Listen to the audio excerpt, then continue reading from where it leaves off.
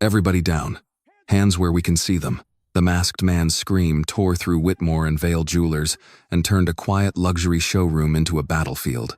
The crash had come only a heartbeat before it. Glass shattered with a violent, ringing roar as a delivery truck slammed through the eastern side wall of the store. The engine coughed and growled inside the showroom, its headlights burning through a cloud of dust. Somewhere, "Oh my God, help me!" a female VIP cried, stumbling backward in her cream-colored coat. One of the masked men rushed at her and shoved the butt of his gun against her shoulder, forcing her flat to the ground. "Shut up," he barked. "From now on, you do exactly what I say, or you'll regret breathing." People dropped to the floor. The alarms shrieked overhead, sharp and endless. Not one of them moved like an amateur. Maya William felt fear hit her first. She was standing beside the central display counter when the truck came through. "Everyone, stay quiet. Try to stay calm. Keep your heads down." She spoke in firm, clear. Her voice did not rise above the chaos. Maya did not lie down. Instead, she used the thick smoke and dust from the crash to move. She bent low, stepped behind a wide stone column near the central counter. At the base of the column, Jonathan Whitmore lay on the floor, the billionaire owner of Whitmore and Vale Jewelers. His eyes found Maya's, not with command, but with worry. Maya lowered her head, her voice barely. "Mr. Whitmore, take a deep breath. Stay face down. Protect your head. I'm right here." "Maya," he whispered, his voice shaking. "They have guns. Don't do anything reckless. I know exactly what they have." Maya glanced through the narrow gap between the column and the display case. Her gaze moved across the room with cold precision, like a radar sweep. Her lips barely moved as she counted. 6 men. Box truck positioned for escape. Light weapons, fully loaded. They're not random thieves. They have a floor plan. The words came out low, automatic, almost like a military report. Her old instincts were awake now. They were moving too smoothly, too deliberately. Nothing like ordinary robbers. Each had a role, a direction, a piece of the room to control. "Number 3, get it fast," the leader shouted, his voice thick with hatred. "Number 2, watch that old man who owns this place. If he moves, shoot him. Number 4, control those rich people. Number 5, kill the alarm and cameras now." Maya's eyes narrowed. Numbers, not names. A planned entry. A truck for impact and escape. A direct line to the private displays. One of the masked men kept scanning the showroom, turning his head left and right as if he was searching for something specific. Or someone. Maya's mouth curved almost imperceptibly. She leaned closer to Jonathan. "They're looking for you, sir. And they're calling each other by numbers. Whoever is behind this doesn't just want money. He wants to make a point. Mr. Whitmore, do you have any idea who that might be?" Jonathan's face tightened. He did not answer, but Maya saw the answer move behind his eyes. Preston Caldwell. The name did not need to be spoken. It had been hanging over the store for days. Maya's mind began sorting details at a speed that felt almost mechanical. Entry angle, weapon positions, civilian clusters. The leader suddenly turned toward the central counter, saw Maya's silhouette through the dust, and strode in her direction. He lifted the muzzle of his gun. "You, step out here. Open the safe, right now." Maya let her shoulders draw inward. She let her eyes widen just enough. She let her voice shake. "Sir, the safe requires a special key. It isn't here." The leader fired into the ceiling. The sound cracked through the store. People screamed and pressed themselves harder against the floor. Bits of plaster drifted down like dirty snow. "I'm giving orders," he snarled, not looking for excuses. He turned his head toward one of his men. "Find the old man for me, now." Then he jabbed the gun toward Maya. "Number 6, watch her. She moves. Break her." A masked man near the private lounge shouted, "Boss, got him right here."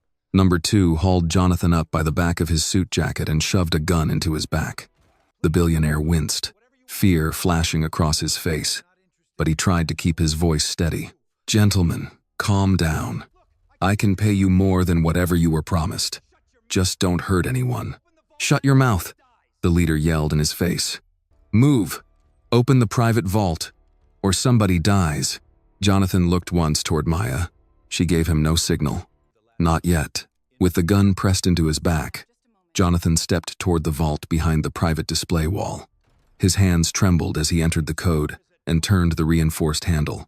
From the central counter, a heavy voice called out through a black mask.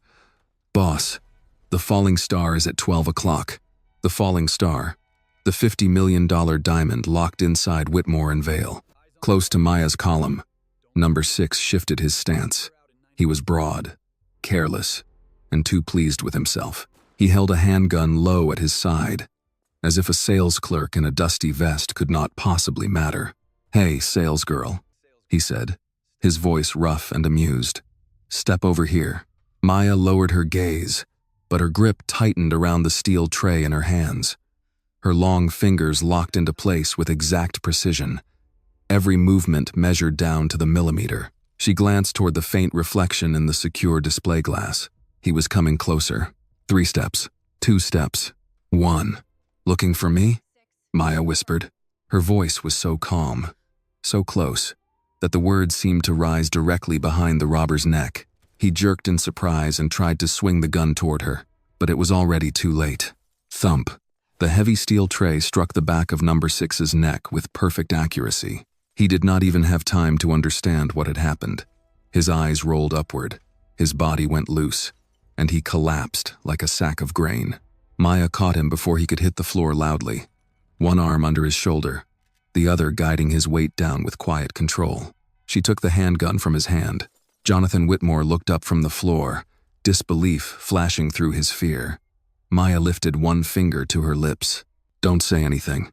The billionaire nodded. Maya leaned closer, her voice barely louder than the dust settling around them. "Mr. Whitmore, I need you to help me. When I signal, cough hard, loud enough to draw number 5 away from the camera station." Jonathan swallowed. "All right," he whispered. Maya pressed herself against the wall and scanned the room again. Number 5 was at the camera panel, trying to destroy the recorder. He was separated from the others and too confident. That was the weakness Maya needed. A faint sound had slipped from behind the column when number 6's boot shifted against the glass. Number 5 jerked his head up. "Who said that?" "Shut your mouth." He turned toward the stone column, irritation rising in his voice. "6? Where the hell are you? I told you to watch that side." No answer came. Number 5 cursed, dropped the camera cover, and stepped away from the wall with his gun low at his side. "6? You deaf? Fall asleep on a pile of diamonds?" Jonathan looked at Maya. She gave the smallest nod. The old man began coughing. The moment he passed the blind corner, Maya moved behind him. A whisper touched his ear. "He can't hear you," she said. "But you can hear me." "What the?" Maya's arm locked around his neck and shoulder in a tight military restraint, cutting off his strength before he could turn. Jonathan coughed harder, covering the struggle, while the alarm continued to wail above them. 5 seconds. That was all it took. Maya lowered him carefully beside number 6, neat and controlled. She removed his gun, checked it, and slid it away beneath the counter. 2 down. Across the showroom, an older woman who had been working near the consultation desk saw Maya. Maya caught her eye for half a second. She nodded. The woman pressed the button. Help was coming, but the sound that followed was not silent anymore. Somewhere behind the counter, the emergency system gave a sharp electronic chirp before the alarms shifted pitch. At the center of the showroom, the leader heard it. His head snapped toward the front desk. What was that?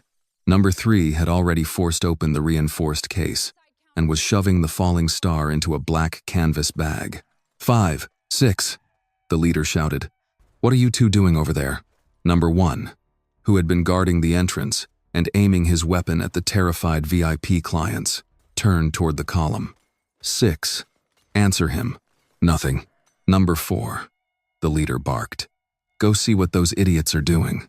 Number 4, the man assigned to control the customers, muttered under his breath and moved toward the side counter. Slow fools. Can't even watch one corner. Maya stepped deeper into the shadow behind the luxury display wall. She lowered her shoulders, changed her breathing, and let fear color her voice when she spoke. "Sir, please. Your number 6 passed out. My boss has heart medicine. He's trying to help him. You need to come here." Number 4 stopped. "What? 6 passed out? Please," Maya said, sounding small and shaken. "I don't know what happened. He just fell." Number 4 moved faster, irritated and uncertain. The second he crossed into the blind spot between the central case and the stone column, Maya stepped out. She did not give him time to understand the trap. Maya followed with a precise sweep to his supporting leg. He dropped sideways, weapon slipping from his hand before he hit the floor. She caught the gun, kicked his knees clear of the glass, and pinned him long enough to secure his wrists with another display cable. 3 down. Then, from far outside the shattered wall, sirens began to rise. The leader cursed. "Police!" Number 1 spun toward the broken entrance. "Boss, we need to move." "Number 3, the leader shouted. "You got it?" "Got it," Number 3 yelled, clutching the bag with the falling star inside. "Let's go." Number 2, who had been holding a gun on one of the VIP clients near the private lounge, lost his nerve. He turned toward the crashed truck, ready to run with the others. That was when Maya stepped out of the dust. "Leaving already?" she asked. "You gentlemen forgot to settle the bill." The room froze. Maya Williams stood between the robbers and the truck. The leader stared at her. "You," he said. "Where are my men?" "They're busy resting." Number 3 looked past her and saw number 4 on the ground.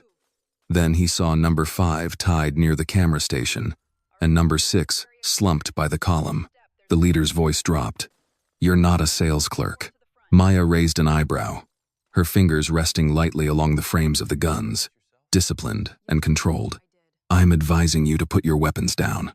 Number 1 snarled. "You think you can scare us?" "No," Maya said. "I think I can stop you. The military taught me that inside 5 yards, hesitation loses. You're already hesitating." The leader's pride overcame his judgment. "Kill her."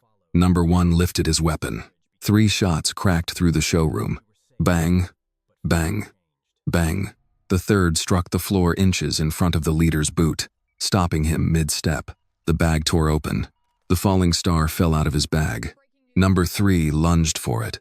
Maya kicked the diamond case away from him and advanced 1 step. "Don't." Something in her voice stopped him. Number 1 tried to raise his weapon again, but Jonathan Whitmore, still on the floor near the vault, grabbed a fallen display stand and shoved it into the robber's ankle. Number 1 stumbled.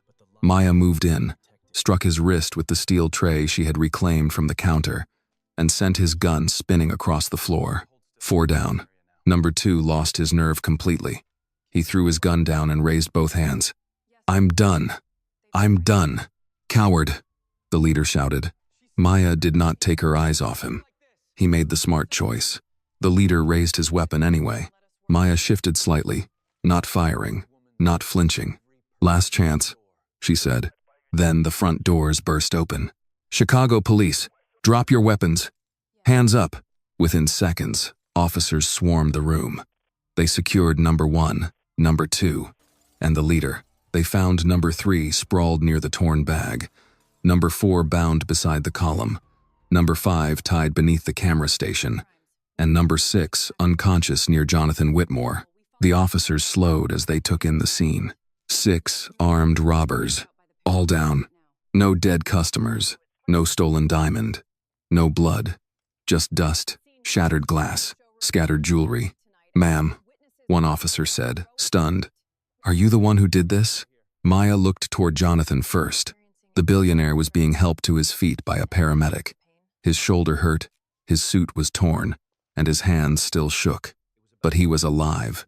Maya finally answered, "I just kept everyone breathing until you arrived." If Maya's courage touched your heart, please like this video. Tell us in the comments where you are watching from, because someone near you may be watching this story too. And don't forget to subscribe for more emotional and inspiring stories. Outside, cameras were already gathering behind police tape. Inside, the falling star lay safely beneath a clear evidence cover, shining against the marble floor. But everyone in that room knew the truth. The most valuable thing in Whitmore and Vale had never been the diamond. The first thing Maya noticed after the police took control was the sound. Not the sirens outside, not the alarm still whining somewhere above the cracked ceiling, not the officers shouting orders as they cuffed the 6 men and kicked weapons away from trembling hands. It was the sound of breathing. Dozens of people breathing as if they had forgotten they were allowed to. A woman sobbed into her husband's jacket. A young man beneath the watch counter whispered, "Thank you, Jesus," over and over.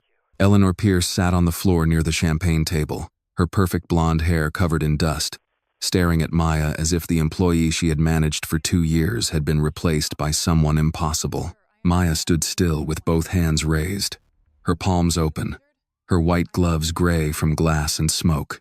"I'm unarmed now," she said calmly. 2 confiscated handguns lay on the marble floor in front of her, placed there with the barrels turned away from everyone.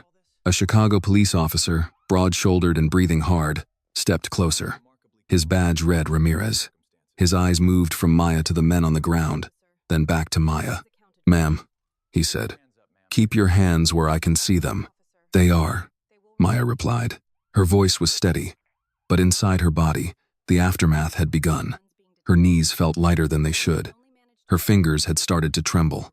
That always happened after. The body waited until danger passed, then charged interest on every second of control.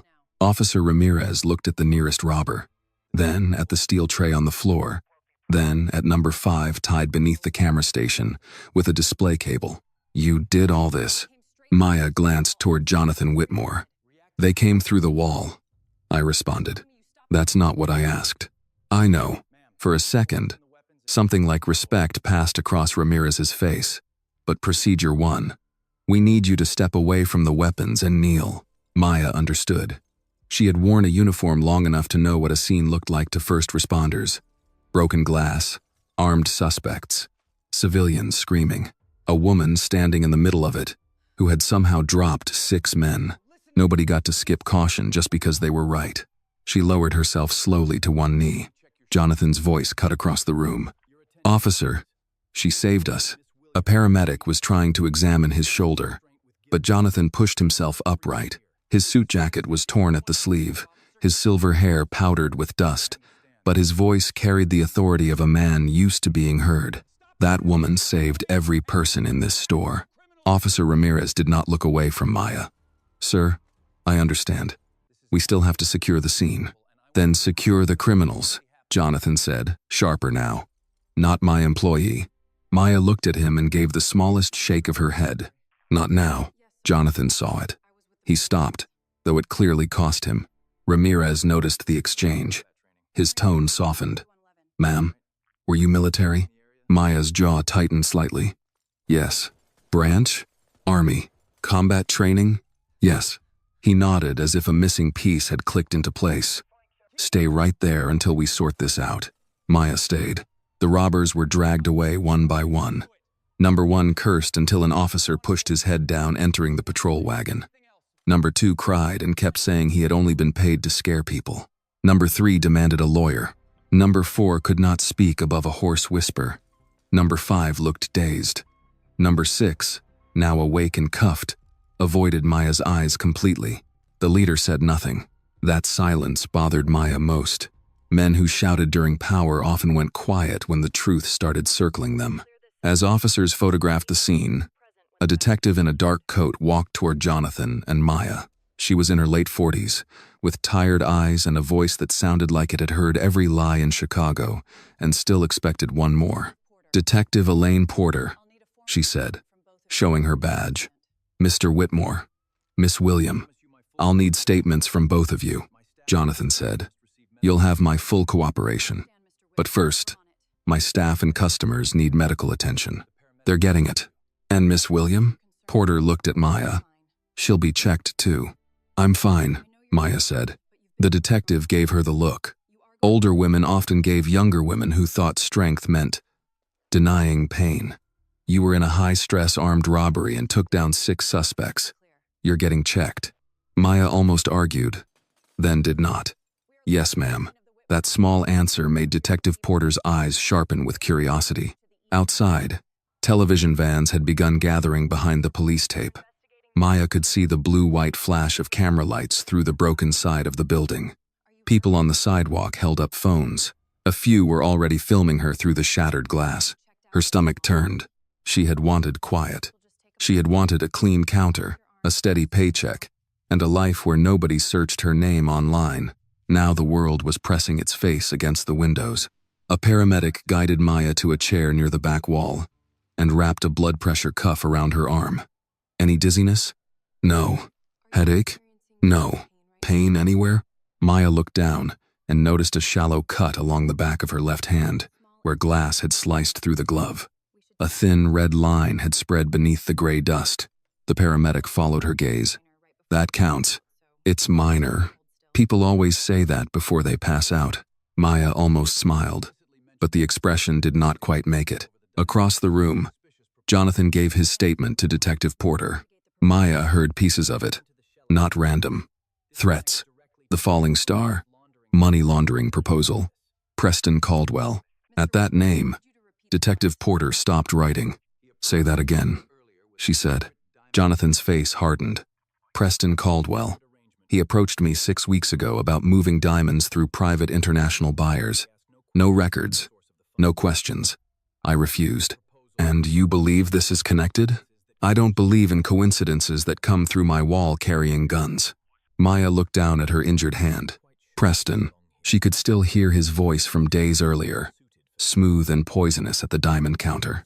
People like you should not be touching things worth more than a house. He had tried to make her look small. Now 6 men had tried to make Jonathan afraid. Maybe those were not separate acts. Maybe they were the same hand wearing different gloves.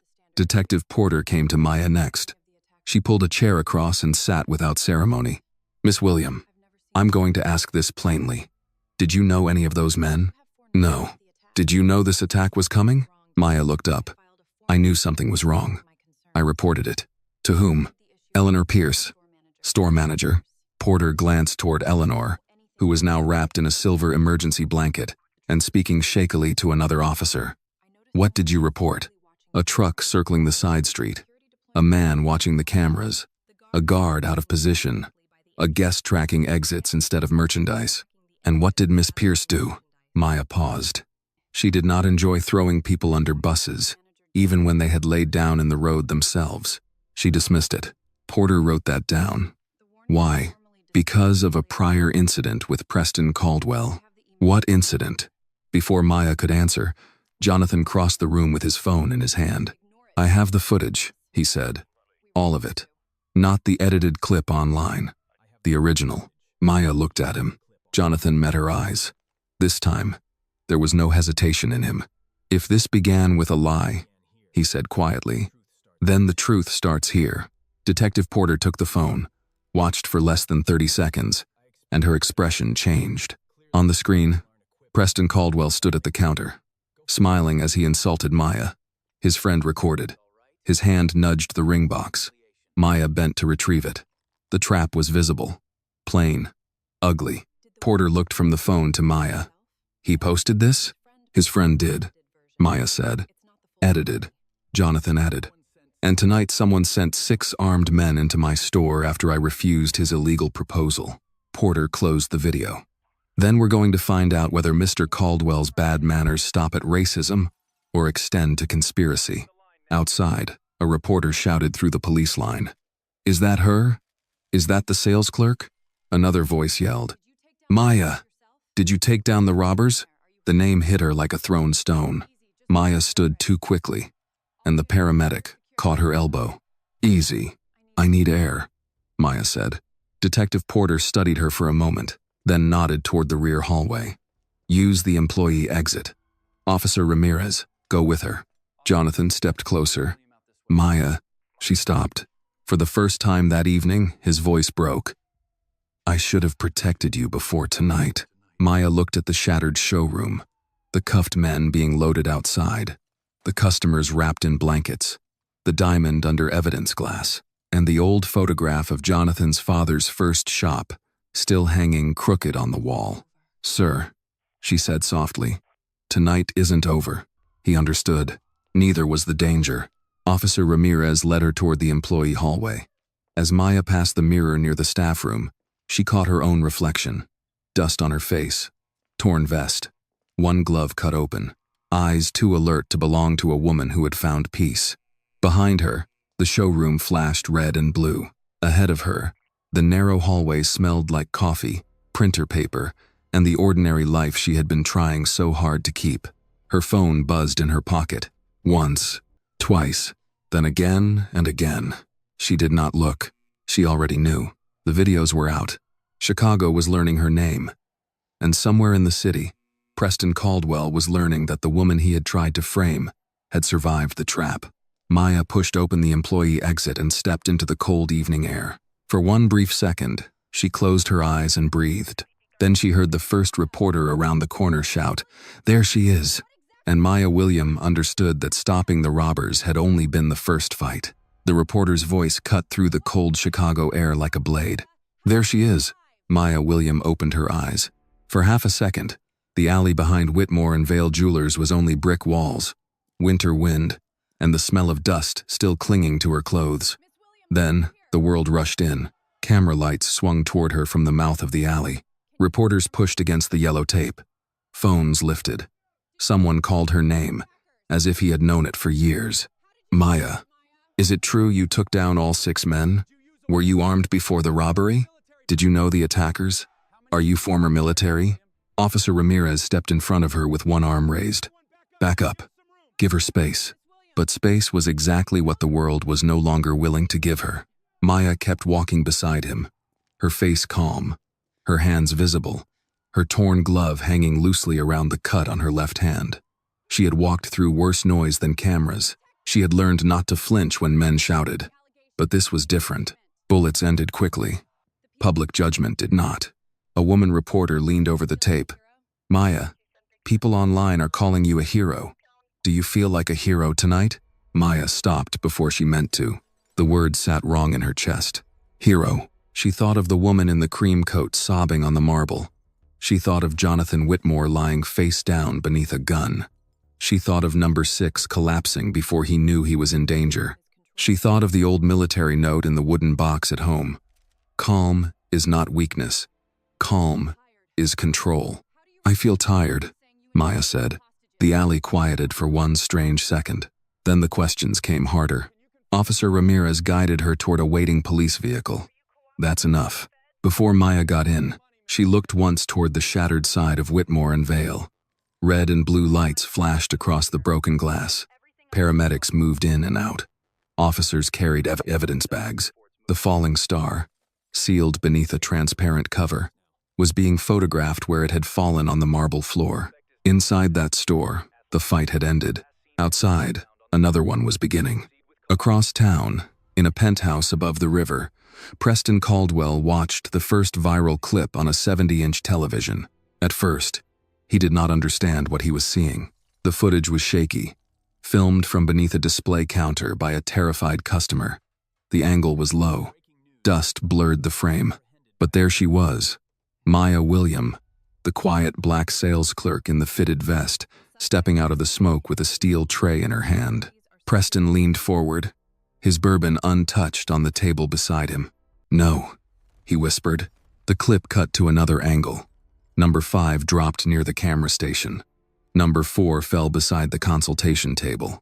The bag holding the falling star tore open. The diamond slid across the floor in a flash of cold fire. Then Maya appeared in the center of the room with 2 guns taken from the robbers, steady as if the chaos belonged to her. The caption beneath the video read, "Black sales clerk takes down 6 armed robbers at Billionaire jewelry store." Preston's jaw tightened. His phone began vibrating. First one message, then 10, then too many to count. One was from his friend Malcolm. "Is that the same woman from the bracelet video?"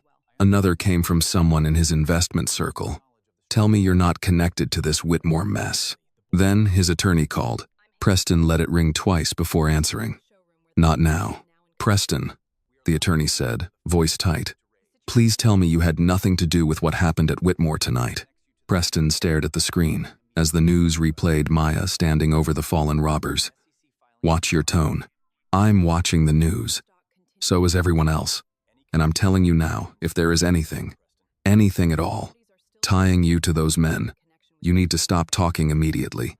Preston stood and walked toward the window. Below him, Chicago glittered along the river, wealthy and cold. You work for me. I protect you when you let me. Did you contact anyone after Whitmore refused the diamond arrangement? Preston said nothing. The silence was answer enough. The attorney exhaled sharply. Do not delete anything. Do not call anyone. Do not speak to reporters. And for God's sake, do not mention the woman. The woman. That was what Maya had been to him. A woman behind a counter. A useful target. A face he could turn into a story. He had not expected resistance. Not from Jonathan. Not from her. Especially not from her. On the television, a local anchor spoke over footage of the robbery. Sources say the employee, identified as 30-year-old Maya William, is a former U.S. Army service member who left the military 2 years ago. Witnesses describe her actions as calm, precise, and life-saving. Preston threw the remote against the wall. The bourbon glass trembled but did not fall. His plan had been simple. Pressure Jonathan. Take the falling star if possible. If the robbery created too much heat, let suspicion drift toward the employee already bruised by scandal. The edited bracelet video had prepared the ground. A black sales clerk, publicly humiliated, former military, close to the cases. People would not need much. They rarely did. But Maya had not run. She had not frozen. She had defeated the men sent to make her look guilty. Now the city was calling her brave. Preston walked back to the television, breathing through his nose. No, he said again. But this time the word had anger inside it. No, no, no. His phone buzzed with a text from an unknown number. The 6 are alive. Police have them. Keep distance. Preston deleted it on instinct. Then he remembered his attorney's warning and cursed. At Chicago Police Headquarters, Detective Elaine Porter sat in an interview room with Maya just after midnight. Maya had been given a clean bandage for her hand, a bottle of water, and a paper cup of coffee she had not touched. Her vest still smelled faintly of smoke. Detective Porter placed a recorder on the table. You understand, this is a voluntary statement.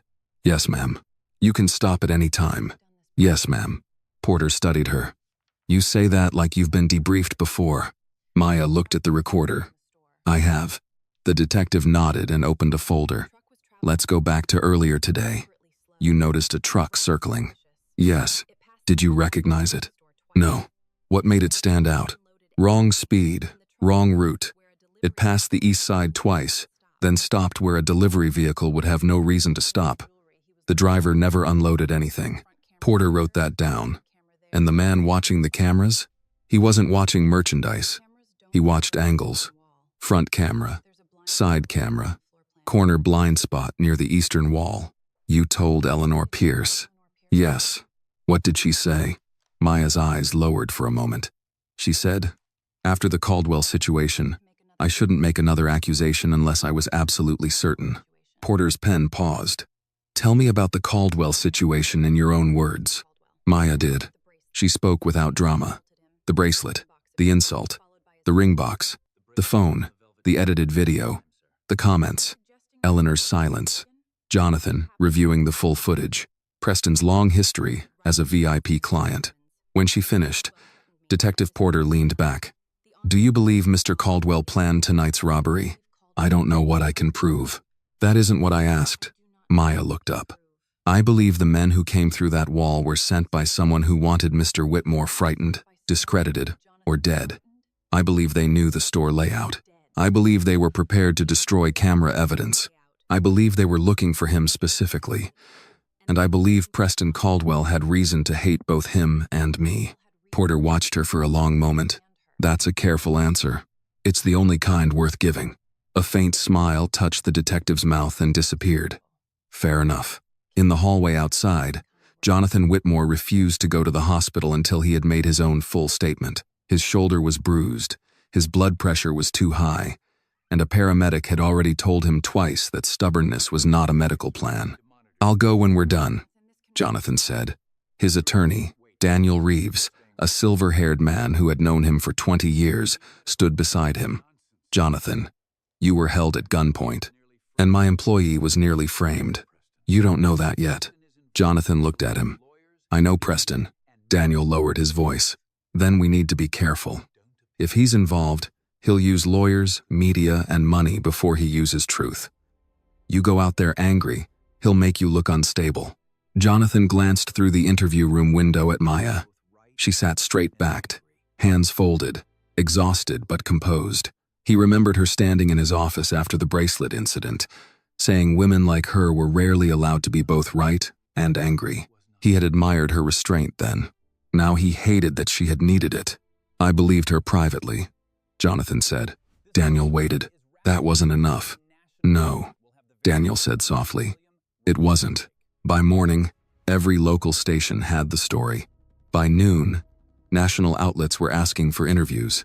By evening, the first smear appeared online. It came from an anonymous account with a flag in the profile and no real name.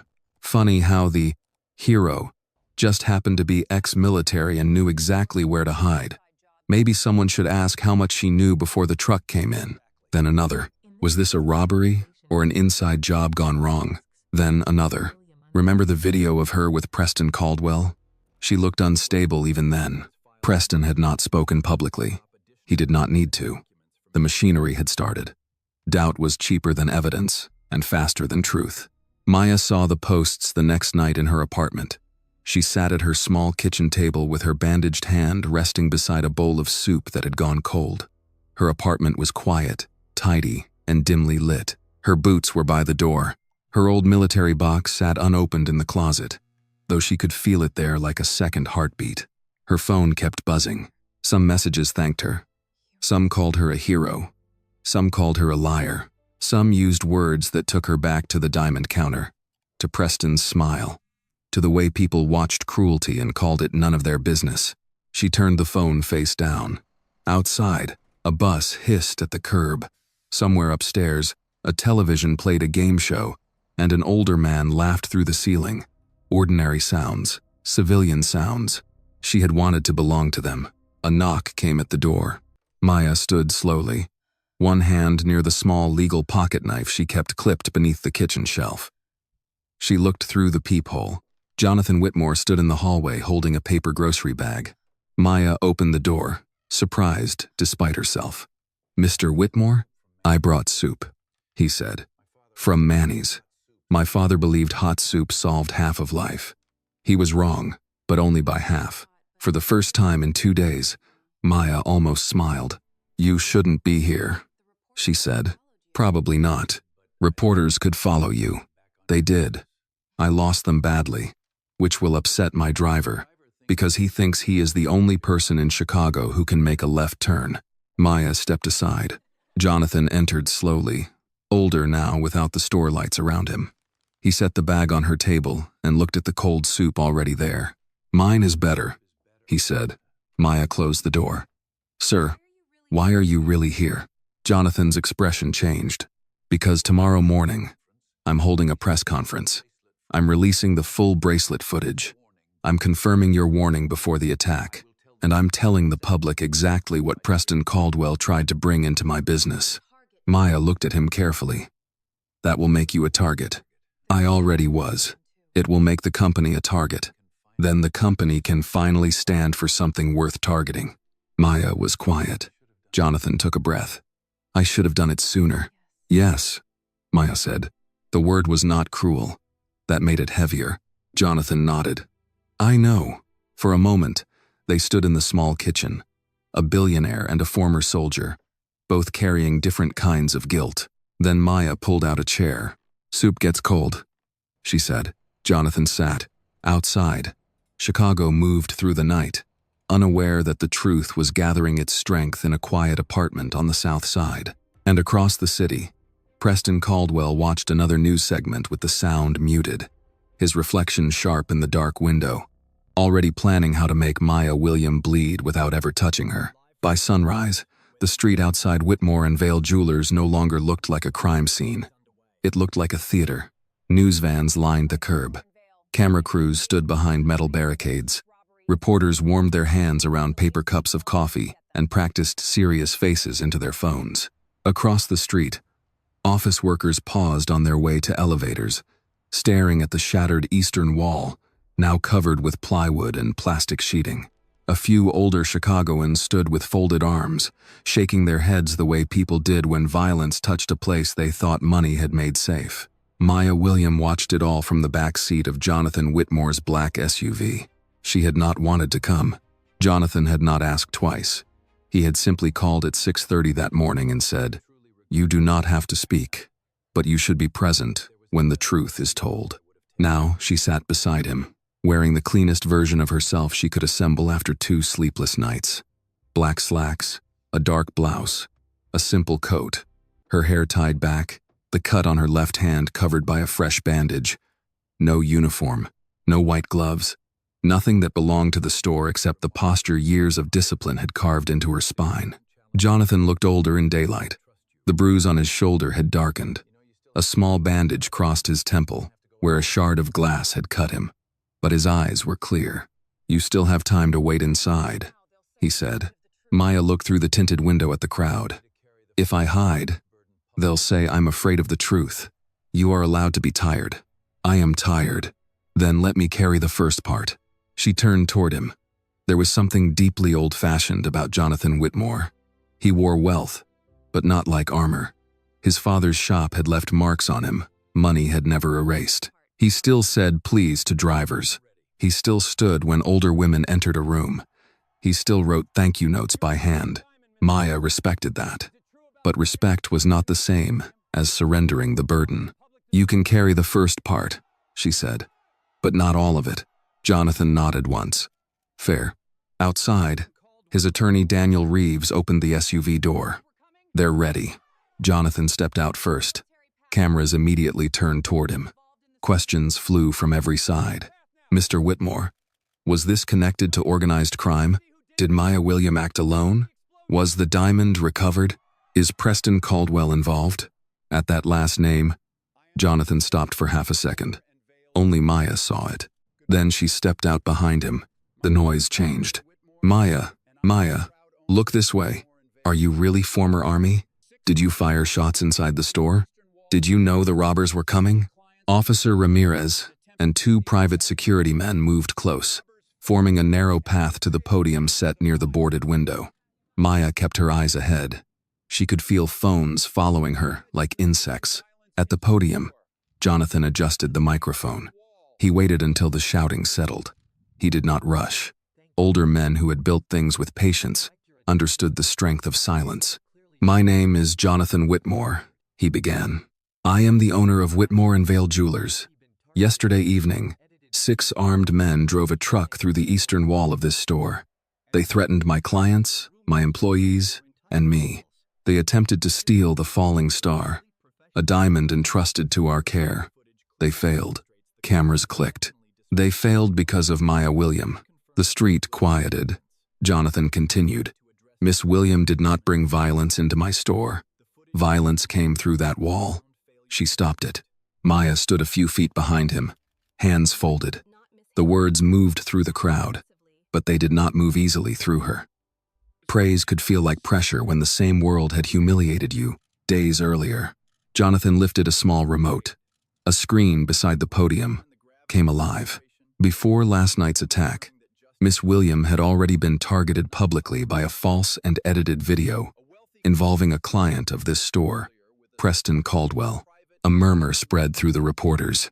On the screen, the full security footage played. There was Preston at the diamond counter, smiling with his expensive cruelty. There was Maya placing the bracelet on the pad with care. There was Preston's hand, clear as daylight, nudging the ring box to the floor. There was Maya bending to retrieve it while his friend raised a phone. There was Eleanor Pierce standing nearby, watching and doing nothing. The edited lie dissolved in front of the city. Jonathan faced the microphones again. Miss William did not mishandle jewelry. She did not behave aggressively. She did not disrespect a client. She was insulted, baited, filmed, and falsely portrayed. Maya stared at the screen only once, then looked away. Seeing the truth did not erase the feeling of being watched while people decided whether your dignity mattered. Jonathan's voice grew harder. Mr. Caldwell also approached me weeks ago with what he described as an international private diamond opportunity. I believed then, and I believe now, that it was an attempt to use this company for illegal financial activity. I refused. I turned over relevant documents to law enforcement this morning. A reporter called out, "Are you accusing Preston Caldwell of organizing the robbery?" Daniel Reeves leaned toward Jonathan, ready to intervene, but Jonathan raised a hand. "I am saying law enforcement should investigate every connection. I am saying threats followed my refusal. I am saying Miss William warned management about suspicious activity before the attack and was ignored. And I am saying this company will no longer protect clients who abuse employees simply because they spend money." That sentence struck harder than the others. Maya saw it in the faces of the older workers across the street. A janitor in a blue jacket nodded slowly. A woman carrying a lunch bag wiped under one eye. A bus driver stopped near the curb and stared at the screen from behind his windshield. Jonathan took a breath. My father started this business in a shop smaller than some of our current display rooms. He used to tell me that jewelry is not about stones. It is about trust. Yesterday, a woman I should have protected sooner protected all of us. Believing her privately was not enough. I should have defended her publicly. He stepped back from the microphone and turned toward Maya. For one terrible second, every camera followed his gaze. Maya had not planned to speak. She had promised herself she would not. Her throat felt tight, and the cut on her hand pulsed beneath the bandage. But then she looked at the boarded wall, at the place where the truck had entered, and thought of the woman in the cream coat, the old man coughing on the floor, the young client whispering a prayer beneath the watches. She stepped to the microphone. The reporters leaned in. Maya did not smile. She did not perform softness to make strangers comfortable. "I did not wake up yesterday wanting to fight anyone," she said. "I went to work. I checked inventory. I cleaned glass. I prepared trays. I wanted an ordinary day." The words were simple, but the street listened.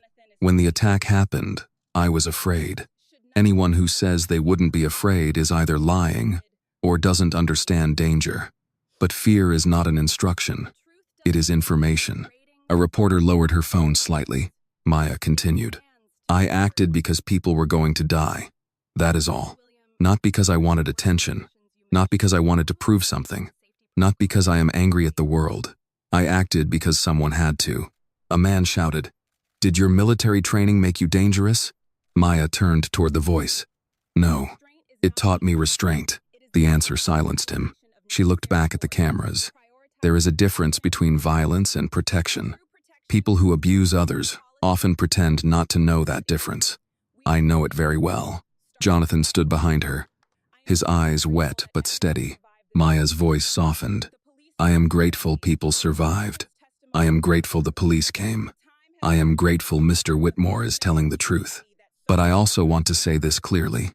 Workers should not have to become heroes before they are treated like human beings." The line traveled through the crowd like a bell. For a moment, there were no shouted questions. Then the noise returned, but it had changed. Less hungry, more uncertain. Across the city, Preston Caldwell watched the press conference from his penthouse, with the volume turned up. He saw the full footage of his own hand knocking the ring box down. He saw Jonathan speak about the laundering proposal. He saw Maya stand at the microphone and refuse to sound broken. His face hardened. On his phone, messages arrived faster than he could open them. Investors asking questions, friends distancing themselves, a board member from one of his funds demanding a call. Then one message from his attorney. "Do not respond publicly. FBI may contact you today." Preston deleted it. Then he typed a new message to a media consultant he had used before. "Change the story. Make her the story." He stared at Maya's face frozen on the television screen. Quiet, controlled, unafraid. Preston Caldwell had built his life on the belief that everyone had a price, a weakness, or a fear that could be used. Maya, William had fear. He had seen it now. But she had something worse for men like him. She had discipline, and discipline could not be bought. By noon, The press conference was no longer a press conference. It was a national argument. Maya William returned to her apartment with Jonathan's words still echoing in her mind. But by the time she took off her coat, the story had already split into two different Americas. One saw a quiet black former soldier who had saved innocent people from 6 armed men. The other saw an uncomfortable question they wanted asked, loudly enough to drown out the truth. Her phone would not stop lighting up. At first, the messages were kind. Veterans wrote to her. Older women thanked her. A retired schoolteacher from Milwaukee sent a note saying she had watched the video 3 times and cried because her late husband had served in Vietnam and moved with that same calm when storms came. A grocery store clerk from Ohio wrote, "I wish somebody had stood up for me when a customer spit on my counter last year." Then the other messages arrived. Was this staged? How did she know exactly what to do? Why was an ex-soldier working near a $50 million diamond? Maybe she was in on it and turned on the robbers when things went bad. Maya set the phone face down on the kitchen table. Her apartment was quiet in a way that should have comforted her. A small lamp glowed beside the sofa. Her boots stood lined against the wall. A folded dish towel lay perfectly square on the counter. In the sink, there was only 1 spoon and 1 coffee mug. She liked things that could be cleaned. She liked problems small enough to solve with warm water, soap, and 10 minutes of attention. This was not that kind of problem. A knock came at her door. Maya did not move at first. She listened. 2 knocks. Pause. 1 knock. Not aggressive.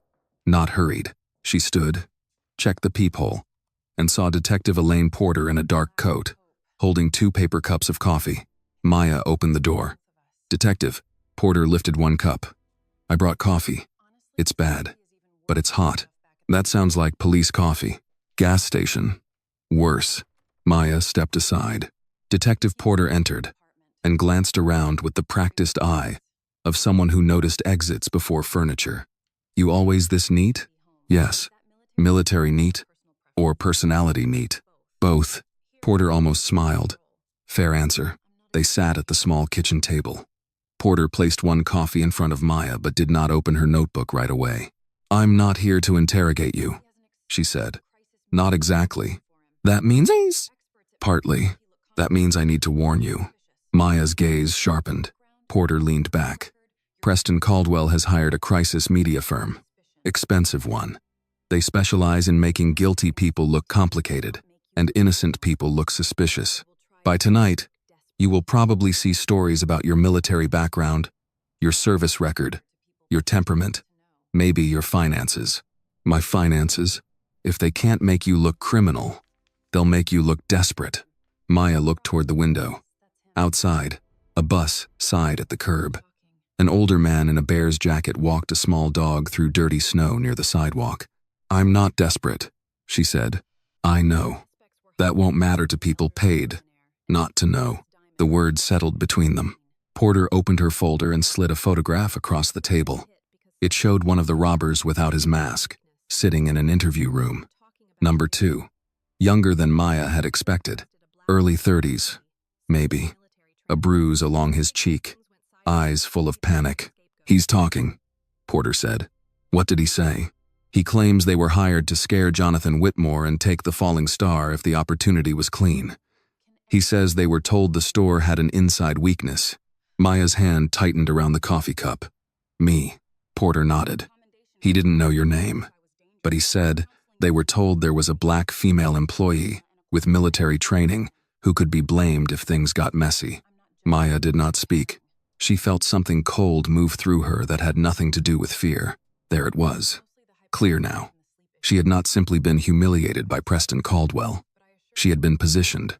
Her race, her gender, her silence, her service, her work badge, all turned into pieces of a trap. Porter's voice softened. "Maya, I heard you. I need to ask. Is there anything in your military record they can twist?" Maya laughed once, without humor. "Detective, they can twist anything. A commendation becomes proof I'm trained to kill. A counseling note becomes instability. A deployment becomes trauma. A quiet life becomes suspicious." Porter watched her carefully. "Were there counseling notes?" Maya looked at her. "I'm not judging. Porter said. I'm preparing. Maya let out a slow breath. After I came home, I saw a counselor for sleep issues. Loud noises, crowds, hypervigilance. Nothing violent, nothing disciplinary. Documented? Yes. Then they'll use it. Maya closed her eyes for half a second. Porter added, and we'll answer it. Properly. With context. My context doesn't trend as fast as their lie. No, Porter said. But evidence lasts longer. Before Maya could answer, her phone buzzed again. This time, the caller ID showed Jonathan Whitmore. She answered on speaker. Mr. Whitmore. Maya, are you with Detective Porter? Porter raised an eyebrow. Maya said, yes. Good. I just received a call from a board member. Preston's people are pushing a story that you were suspended from the military for excessive force. Maya's face hardened. That never happened. I know. No, she said, her voice lower. You don't know. You believe me. Jonathan was quiet for a moment. Then tell me what I need to know. Maya looked at Detective Porter, then at the bandage on her hand. I was never suspended. I was investigated after an incident overseas. A civilian contractor struck a local interpreter. I restrained him. He filed a complaint, saying I attacked him without cause. 3 witnesses cleared me. The contractor was removed. Porter wrote quickly. Jonathan's voice came through the phone, older and heavier. So you protected someone and were accused for it. Maya's mouth tightened. That seems to be a recurring theme. Porter looked up from her notes. Do you have documents? In my military file. I'll subpoena what we need, Porter said. Jonathan said, my legal team can assist if you authorize it. Maya looked at the phone. Mr. Whitmore, I don't want my whole life becoming company property. It won't. That's easy to say when you own the company. Silence. Then Jonathan said, you're right. I'm sorry. Tell me what boundary to respect. That answer surprised her more than it should have. Maya rubbed her thumb along the side of the coffee cup. No release of my records without my approval. No interviews arranged for me. No charity language. I'm not your symbol. No, Jonathan said quietly. You are my employee, and you saved my life. Those are facts. I'll honor the rest. Maya ended the call after they agreed to meet later with attorneys. Detective Porter studied her. You're good at drawing lines. I had to learn. Good. Keep doing it. By late afternoon, Preston Caldwell's counterattack arrived exactly as promised. A slick online article appeared with a headline designed to sound like concern rather than accusation. Hero Salesclerk, or Hidden Risk. Questions grow around former soldier in jewelry store robbery. The article mentioned Maya's military service, her counseling after discharge, the edited Preston video, and unconfirmed concerns about her temperament. It did not mention the full security footage proving Preston had baited her. It did not mention Jonathan's laundering accusation in detail. It did not mention the robber who had started talking. It mentioned her race without naming it directly. It mentioned her anger without proving it existed. It mentioned fear, as if fear were evidence. Within an hour, cable panels picked it up. In Preston's penthouse, a media consultant named Grant Vale stood beside the window, tablet in hand. The goal is not to prove she did anything, Grant said. The goal is to make people unsure long enough for your name to fade. Preston poured bourbon though it was not yet evening. And Whitmore? Paint him as emotional. Older billionaire almost killed, now blaming a former client because he's embarrassed about security failure. Preston nodded. Good. Grant hesitated. There is one issue. What? One of the robbers is cooperating. Preston's hand stopped over the glass. Grant continued. We don't know how much he knows, but if money gets traced, it won't. You deleted messages? Preston looked at him. Grant sighed. That was not an answer I liked. Back on the south side, Maya stood in front of her bathroom mirror and removed the bandage from her hand. The cut was not deep, but it stung when air touched it. She cleaned it slowly, carefully, as if restoring one small part of the world to order. Her phone buzzed again. This time it was a message from an unknown number. You should have stayed behind the counter. Maya stared at it. Then another message came. Heroes fall hard. She set the phone down. For the first time since the robbery, Her hands shook visibly, not because she feared Preston Caldwell, because she understood him now. He did not need to defeat the truth. He only needed to exhaust everyone willing to carry it. Maya wrapped the clean bandage around her hand, smoothed the edge flat, and looked at herself in the mirror. Dust was gone from her face. The vest was gone. The white gloves were gone. But the soldier was still there, quiet, awake, waiting. The first time Maya William understood what exhaustion could do to a person. She was 24 years old and standing outside a temporary medical tent under a sky the color of burnt metal. Back then, a captain had told her that fear made people loud, but exhaustion made them honest. Maya had not believed him at first. Then she watched strong men cry over cold coffee. Angry men apologize to strangers. Quiet women carry entire rooms with one hand pressed against their own wounds. After enough pressure, people became what they truly were. By the next morning, Chicago was showing Maya what everyone truly was. The city had divided itself before breakfast. At a diner on the west side, old men in baseball caps watched the robbery footage on the television above the counter and argued over eggs and coffee. One said, Maya was exactly the kind of person every store needed. Another said nobody should be that calm unless they expected trouble. A waitress refilled their mugs and muttered, "Funny how saving lives still ain't enough for some folks." At a barber shop in Bronzeville, the video played on a phone passed from chair to chair. Men nodded with pride, but also with recognition. They did not just see a woman stopping robbers. They saw the look on her face when reporters started asking whether she was dangerous. That look was familiar. It was the look of someone who knew innocence did not always protect you. At a retirement home near Lake Michigan, an 80-year-old Army veteran named Harold Jenkins watched the clip 3 times and told his daughter, "That girl moved like someone who did not want to hurt anybody." That's the difference. People who know violence best don't waste it.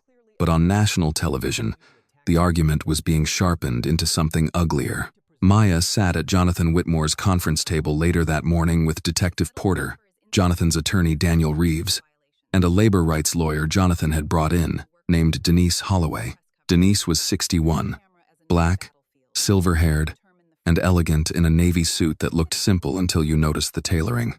Her voice was warm, but her eyes were not. They missed nothing. "You don't have to like cameras," Denise told Maya, sliding a legal pad across the table. "But you need to understand them. A camera does not show truth. It shows whatever someone frames." Maya looked at the legal pad. "I learned that with Preston's first video." "Yes," Denise said. "And now he is trying to do it on a national scale." Jonathan stood near the window, one hand resting against the back of a chair. His shoulder was still stiff from the robbery, but he refused to sit. The old photograph of his father's first shop had been moved into the conference room after the police sealed off part of the showroom. It sat on the side table, slightly crooked in its frame. Detective Porter opened her folder. Number 2 gave us a name for the broker who hired them. Not Preston directly. A man named Victor Sloan, private security background, works through shell contracts. He has done work for companies connected to Caldwell Capital. Daniel Reeves leaned forward. Connected? How? Subcontracted through 2 layers. Clean enough to deny, dirty enough to smell. Jonathan's jaw tightened. Preston always liked distance between himself and consequences. Denise looked at Maya. "That means he will attack your credibility before investigators can finish tracing his money." "He already started," Maya said. "Yes, and he will keep going. The article yesterday was only the opening move. Today they'll bring in commentators. Tomorrow, maybe an old complaint from your military file. Then anonymous sources. Then questions about your temperament." Maya folded her hands on the table. Her bandage was clean, white, and tight. There was no temperament problem. "I believe you," Denise said. "But the public does not operate on belief. It operates on repetition. If they hear a lie enough times, it starts sounding like a concern." Jonathan turned from the window. "Then, we answer every lie." Denise shook her head. "No, we answer the dangerous ones. If we chase every insult, we let them choose the battlefield." Maya looked up at her. "What battlefield do we choose?" Denise's expression softened just a fraction. "Evidence. Restraint. Pattern. Detective Porter nodded. Preston's pattern matters. We're looking at prior complaints from employees in places where he was a major client. Restaurants, hotels, private clubs, luxury retailers. Similar behavior. Staff of color. Women, especially. Edited clips. Quiet settlements. Jonathan exhaled slowly. I knew he was arrogant. I didn't know it went that far. Maya said nothing. Denise noticed. You're not surprised. No. Why? Maya's gaze moved to the photograph of Jonathan's father's shop. Men like Preston practice on people no one protects. For a moment, the room went still. Jonathan lowered his eyes. Before anyone could answer, Daniel's phone buzzed. He read the screen, and his face darkened. Caldwell's team just released a statement. Denise held out her hand. Read it. Daniel did. His voice clipped. Mr. Caldwell condemns the violent attack on Whitmore and Vale, and is grateful no innocent lives were lost. However, recent attempts by Mr. Intent Creasing Whitmore to connect him to this tragedy are irresponsible, defamatory, and clearly designed to distract from serious questions about store security and the unexplained conduct of a former military employee present during the robbery. Maya laughed once, very quietly. Jonathan looked at her. Maya?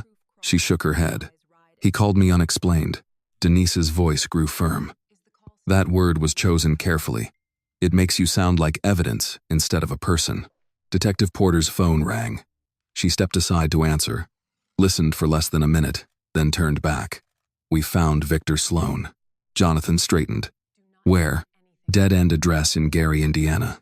Empty office. But we recovered trash from a burn bin behind the building, partial documents, shipping diagrams, and a torn printout of your store's floor plan. Daniel said, Any link to Preston? Not yet, but there's a handwritten note on one surviving corner. Initials P, C, and a date from 3 days before the robbery. Jonathan closed his eyes briefly. Denise tapped her pen once on the table. Good. That's movement. Maya felt no relief. A floor plan with initials was not a conviction. She knew how systems worked. Proof had to crawl, while lies rode express trains. Her phone buzzed. She ignored it. It buzzed again. Denise noticed. Is that still the unknown number? Maya checked. Another message had arrived. You should have let the old man die. Jonathan saw her face change. What is it? Maya placed the phone on the table and turned it toward them. The room changed. Detective Porter photographed the message immediately. Don't delete anything. I haven't. Good. We'll trace what we can. A second message arrived while they were watching. Next time the glass breaks, you won't hear it coming. Jonathan's face went white with anger. That's a threat. Maya's voice remained controlled. Yes, sir. Don't yes, sir me through this. She looked at him then. What would you prefer I do? Be angry. The words came out before he could stop them. Maya's eyes held his. You remember what I told you. Women like me don't always get to be right and angry. Denise leaned back in her chair. In this room, you do. Maya looked at Denise, then at Detective Porter, then at Jonathan. For a moment, the mask of discipline cracked just enough to show the exhaustion underneath. I am angry, she said softly. I'm angry that I went to work and had to fight like I was back in uniform. I'm angry that a man can insult me on camera and still be called a client. I'm angry that after saving people, I have to prove I didn't plan the danger. I stopped. I'm angry that Mr. Whitmore had to almost die before everyone cared about what Preston was doing. Jonathan flinched, but he did not look away. Maya continued, voice low. And I'm angry that if I show too much of that anger, people will call it evidence. No one interrupted her. Denise nodded slowly. Good. That is the truth. We may not say it exactly that way on television, but we will build around it. Maya sat back, suddenly tired. Detective Porter's phone buzzed again. She checked it, and this time her eyes sharpened. Number 2's attorney is offering a proffer. He says his client can identify the man who gave the final order. Victor Sloan? Daniel asked. Porter shook her head. Higher. Jonathan's hand tightened on the chair. Maya already knew before Porter said it. He says the name Preston Caldwell was used in the planning meeting. Outside the conference room, the office staff had gone quiet. News coverage played silently on a wall-mounted television. Maya's face appeared again and again, beside words like hero, questions, military, investigation. Inside, for the first time since the truck hit the glass, the truth gained ground. But Maya had learned never to celebrate too early. Preston still had money. Preston still had lawyers. Preston still had friends who would call cruelty a misunderstanding if the wine was expensive enough. And now he had something worse than arrogance. He had fear. Fear made powerful men reckless. Denise closed her legal pad. Maya, from this moment forward, you do not go anywhere alone. I can take care of myself. I know, Denise said. That is not the point. Even soldiers need witnesses. The sentence landed deep. Maya thought of the bracelet video. The silence. The way everyone had seen, but no one had stood close enough to matter. Witnesses. Maybe that was what justice needed most. Not heroes. Not speeches. People willing to stand near the truth when it became inconvenient. Jonathan looked at her. My security team will drive you home. Maya almost refused. Then, she saw the threat message still glowing on her phone. Next time the glass breaks, you won't hear it coming. She picked up the phone, locked the screen, and nodded once. All right, it was not surrender. It was strategy. The security team drove Maya home in a black sedan with tinted windows, the kind of car she had spent years seeing from the outside and never imagining would one day wait for her. She sat in the back seat, with her hands folded over her phone, watching Chicago slide past in pieces. Corner stores with lottery signs, old brick churches, bus stops, where tired women held grocery bags against the cold, men in work jackets walking home with their shoulders hunched against the wind. The city looked ordinary, but Maya no longer trusted ordinary the way she once had. The driver, a former police officer named Carl, glanced at her through the mirror. You want me to take Lake Neighborhood, Maya said, less predictable. Carl nodded once. He did not ask why. That told her Jonathan had chosen him carefully. In the passenger seat, a younger security man named Ellis kept checking the side mirror. He was polite, too polite, the way people became around someone they had seen in a viral video, but did not know how to speak to in real life. After 10 minutes, he finally said, Miss William, my aunt saw the footage. She told me to tell you she's praying for you. Maya looked up. Tell her thank you. She's 72. Lives in Englewood, she said. You reminded her of her sister. Maya expected him to continue, but he stopped there. The quiet after his words was respectful. She looked out the window again. Was her sister military? No, ma'am. Grocery cashier. Raised 4 kids. Took nonsense from nobody. Maya almost smiled. Sounds trained enough. Ellis laughed softly. And for a moment the car felt less like protection and more like people going home after a long shift. Then Carl slowed. Maya noticed before he said anything. His shoulders changed first. Then his right hand moved closer to the radio. Gray SUV behind us, Carl said. Been there 3 turns. Ellis checked the mirror. Same one from Michigan Avenue? Maybe. Maya did not turn around. Turning around told followers they had been seen. Instead, she studied the reflection in the passenger side window. Gray SUV. 2 occupants. Not close enough to panic. Close enough to test. Don't go to my building, Maya said. Carl's eyes met hers in the mirror. Already wasn't. He turned right instead of left, then took a second turn toward a small strip mall with a 24-hour pharmacy and a diner whose neon sign buzzed weakly in the dusk. The gray SUV continued past without turning in. Ellis exhaled. Could be media. Could be, Maya said. Carl pulled into the pharmacy lot but did not park near the entrance. We'll circle once more before taking you in. Maya's phone buzzed. Unknown number. She looked at the screen. You look tired, soldier. Her body went still. Another message appeared before she could speak. Nice car. Whitmore buying your loyalty now? Maya turned the phone toward Carl and Ellis. Carl's jaw tightened. They're watching. Ellis reached for his radio. Calling it in. Maya looked toward the street. The gray SUV was gone, but the message had done what it came to do. It had put a hand on the back of her neck from a distance. Carl drove again, this time through a longer route, crossing side streets, pausing under lights, watching reflections in dark storefront windows. By the time they reached Maya's apartment building, 2 more Whitmore security vehicles had arrived. Carl walked her to the entrance, while Ellis checked the alley. "This is too much," Maya said. Carl stood beside the door, scanning the street. "No, ma'am. Too much was a truck through a jewelry store. This is catching up." Inside her apartment, everything was exactly as she had left it. Lamp glowing, bowl washed and drying upside down in the rack, military box still shut in the closet.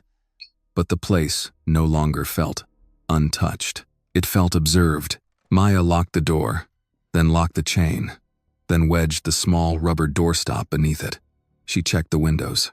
She turned off the lamp near the front room and left only the kitchen light on. Not darkness, not full brightness. Enough to move, not enough to be displayed. Her phone buzzed again. This time it was Denise Holloway. "Are you home?" Denise asked. "Yes." "Security confirmed?" "Yes." "Good. Detective Porter just called me. The number sending threats is routed through a masking service, but the timing matches someone physically watching your route."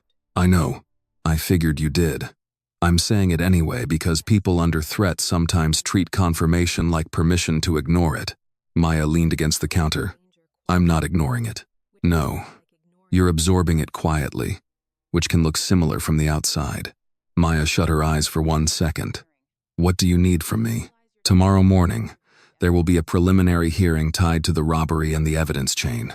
Preston may not be charged yet, but his lawyers will be present because Jonathan named him publicly. They will try to turn that room into a referendum on you. Of course they will. They'll ask why you didn't just hide, why you touched weapons, why you fired, why a former soldier worked at a store holding a $50 million diamond. And what do I say? The truth, but not all at once. People are not owed every wound just because they ask loudly." Maya opened her eyes. "That sounds like something you learned the hard way." Denise was quiet for a moment. Most useful things are. After the call ended, Maya walked to the closet and took out the wooden box. She had not opened it since before the robbery. Maybe longer. She set it on the kitchen table and lifted the lid. Inside lay a folded flag patch, a few service ribbons, a photograph of her unit, and the note she had carried through too many hard nights. "Calm is not weakness. Calm is control." Beneath the note was another photograph, one she rarely looked at. Maya, at 23, standing beside a translator named Samira outside a rebuilt school. Samira had been small, fierce, and always wore a blue scarf, no matter how much dust the wind threw at it. Maya had restrained a civilian contractor who struck Samira in front of witnesses. The contractor complained. Maya was investigated, cleared. Yes, but the lesson had remained. Protect someone. And the first question might still be what you did wrong. She touched the edge of the photo. "I'm tired of proving protection isn't violence," she whispered. The apartment did not answer. The next morning, the courthouse smelled like floor polish, wet wool coats, and old paper. People over 45 filled the benches more than Maya expected. Some were reporters. Some were curious citizens. Some were service workers in uniforms who had come before shifts. Hotel housekeepers, retail clerks, restaurant servers, security guards. A few veterans sat together near the back, wearing caps with unit patches and quiet expressions. When Maya entered with Denise, the room shifted, not loudly, just enough. A woman in a grocery store vest touched 2 fingers to her heart. An older black man in a Marine Corps cap gave Maya a small nod. A white-haired woman near the aisle whispered, "Stand tall, baby." As Maya passed, Maya did not know her, but the words steadied something inside her. Jonathan sat at the front with Daniel Reeves. He stood when Maya approached. Despite the bruise at his temple and the sling supporting his shoulder, he still looked like a man trying to hold up the wall with dignity alone. "Good morning," he said. "Good morning, sir." Denise leaned toward Maya. "Remember, you are not here to earn your humanity. You already have it." The judge entered a moment later, and the room rose. Judge Patricia Hernandez was in her early 60s, with silver-streaked hair, sharp eyes, and the calm impatience of someone who had no interest in theater pretending to be law. She reviewed the file before looking up. We are here regarding evidence preservation, witness protection concerns, and preliminary matters connected to the armed robbery at Whitmore and Vale Jewelers, she said. I understand there are also claims being floated publicly about Miss Maya Williams' conduct. I will say this once. This courtroom is not a cable news panel. Speak with evidence or sit down. A quiet ripple moved through the room. Preston Caldwell entered 5 minutes late. Maya did not turn at first. She knew it was him from the way the air tightened. Expensive cologne, leather shoes, confidence trying to disguise fear. He wore a charcoal suit and a wounded expression, as if the world had wronged him by noticing his fingerprints near the truth. His attorney, a polished man named Everett Sloan, walked beside him carrying a leather briefcase in the face of someone paid to be offended. Preston looked at Jonathan first, then at Maya. For just a fraction of a second, his mask slipped. There it was. Not guilt, not shame, hatred. Maya held his gaze and felt nothing rise in her except clarity. Everett Sloan stood. Your Honor, my client is deeply concerned by defamatory public accusations made by Mr. Whitmore. Accusations that appear designed to shift attention away from troubling questions about an employee who engaged in extraordinary violence inside a civilian retail environment. Denise rose slowly. Your Honor, Miss Williams stopped 6 armed men without a single fatality. Sloan turned slightly. That is one interpretation. Judge Hernandez looked over her glasses. Counselor, if you have evidence Miss Williams was involved in the robbery, present it. If you have adjectives, save them for your press release. Someone in the back coughed to hide a laugh. Sloan's jaw tightened. We have questions about her background. Denise's voice sharpened. A black woman's background is not probable cause. The courtroom went still. Judge Hernandez tapped her pen once. Proceed carefully, Mr. Sloan. Before he could answer, the side door opened, and Detective Porter entered with an FBI agent Maya had not seen before. The agent carried a sealed evidence folder. Detective Porter walked straight to the prosecutor and whispered something. The prosecutor stood. Your Honor, the state has received new evidence from a cooperating suspect. It directly concerns the planning of the robbery and an attempt to frame Miss Williams as an inside participant. Preston's attorney stiffened. Preston did not move, but Maya saw his right hand close slowly into a fist. Judge Hernandez leaned forward. Then I suggest we hear it. For the first time since the truck had shattered the glass, Maya felt the room tilt toward the truth. Not all the way. Not yet. But enough for everyone to feel the floor move. The prosecutor's words seemed to hang above the courtroom longer than they should have. An attempt to frame Miss Williams as an inside participant. Maya did not move. She kept her hands folded on the table, her shoulders square, her face controlled. But inside, something old and bitter tightened.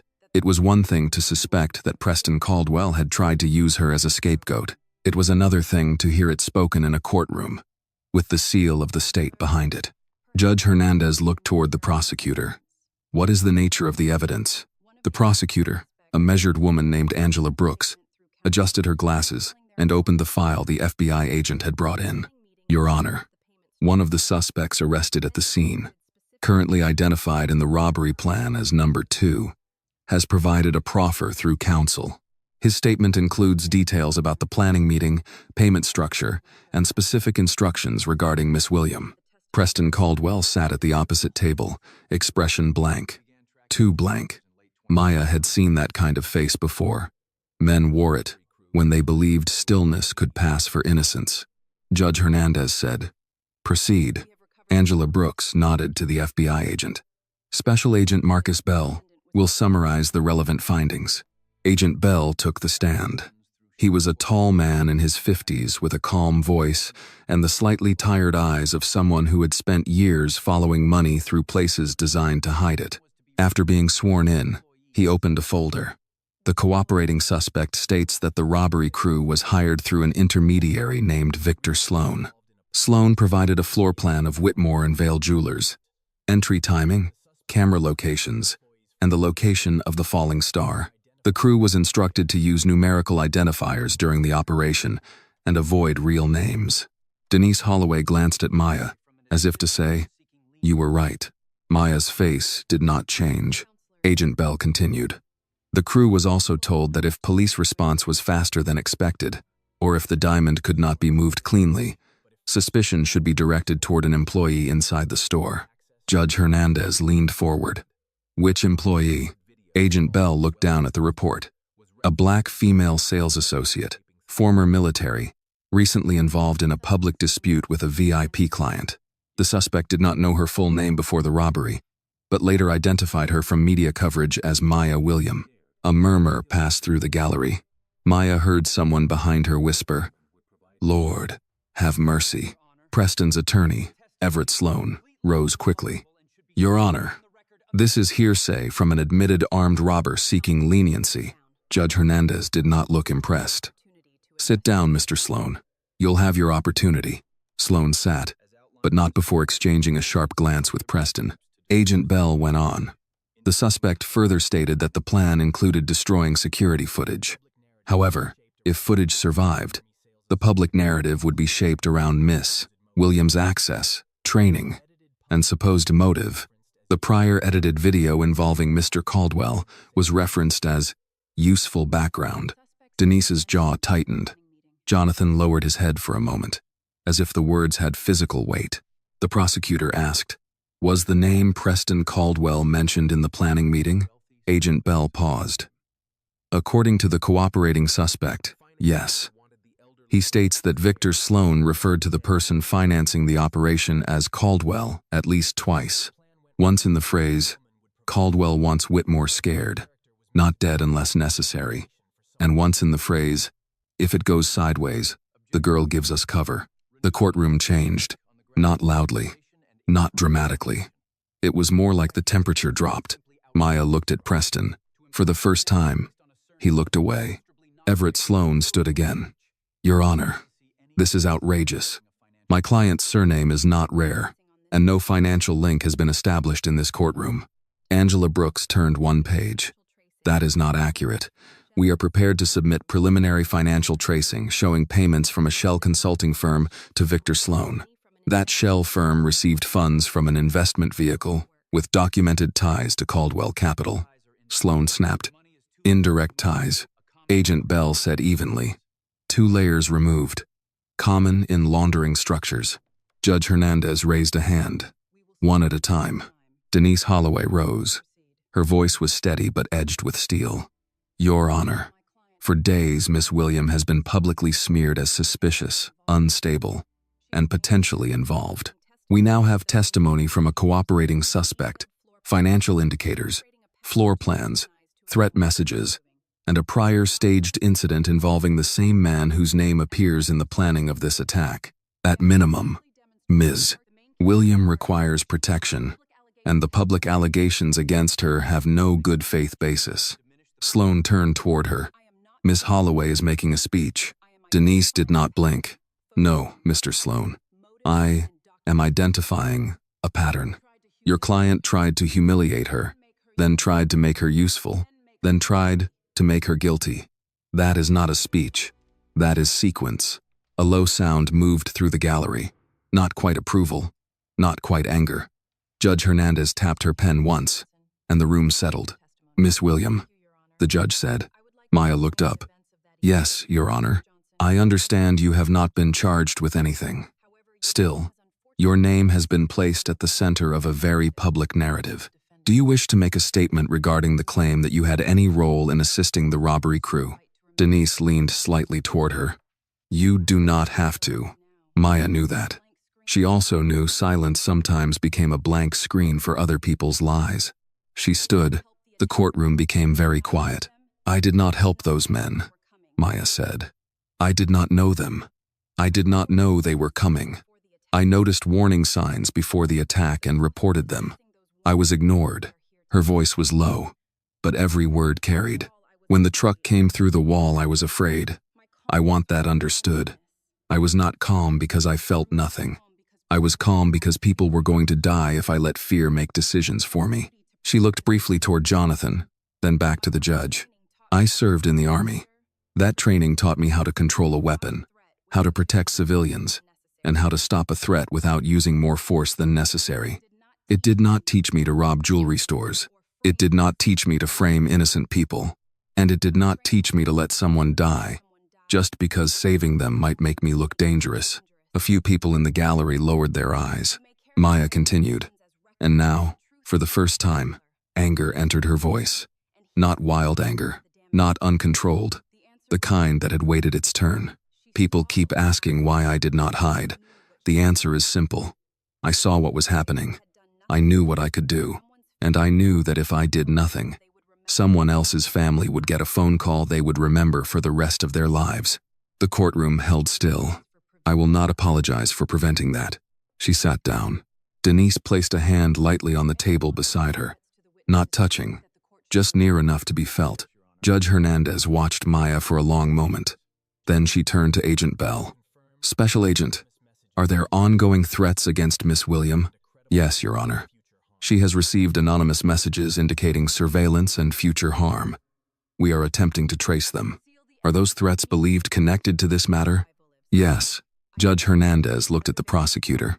The court is ordering preservation of all relevant digital records, communications, security footage, financial documents, and employment records connected to Whitmore and Vale, Preston Caldwell, Caldwell Capital, Victor Sloan, and the arrested suspects. Miss William is to be treated as a protected witness.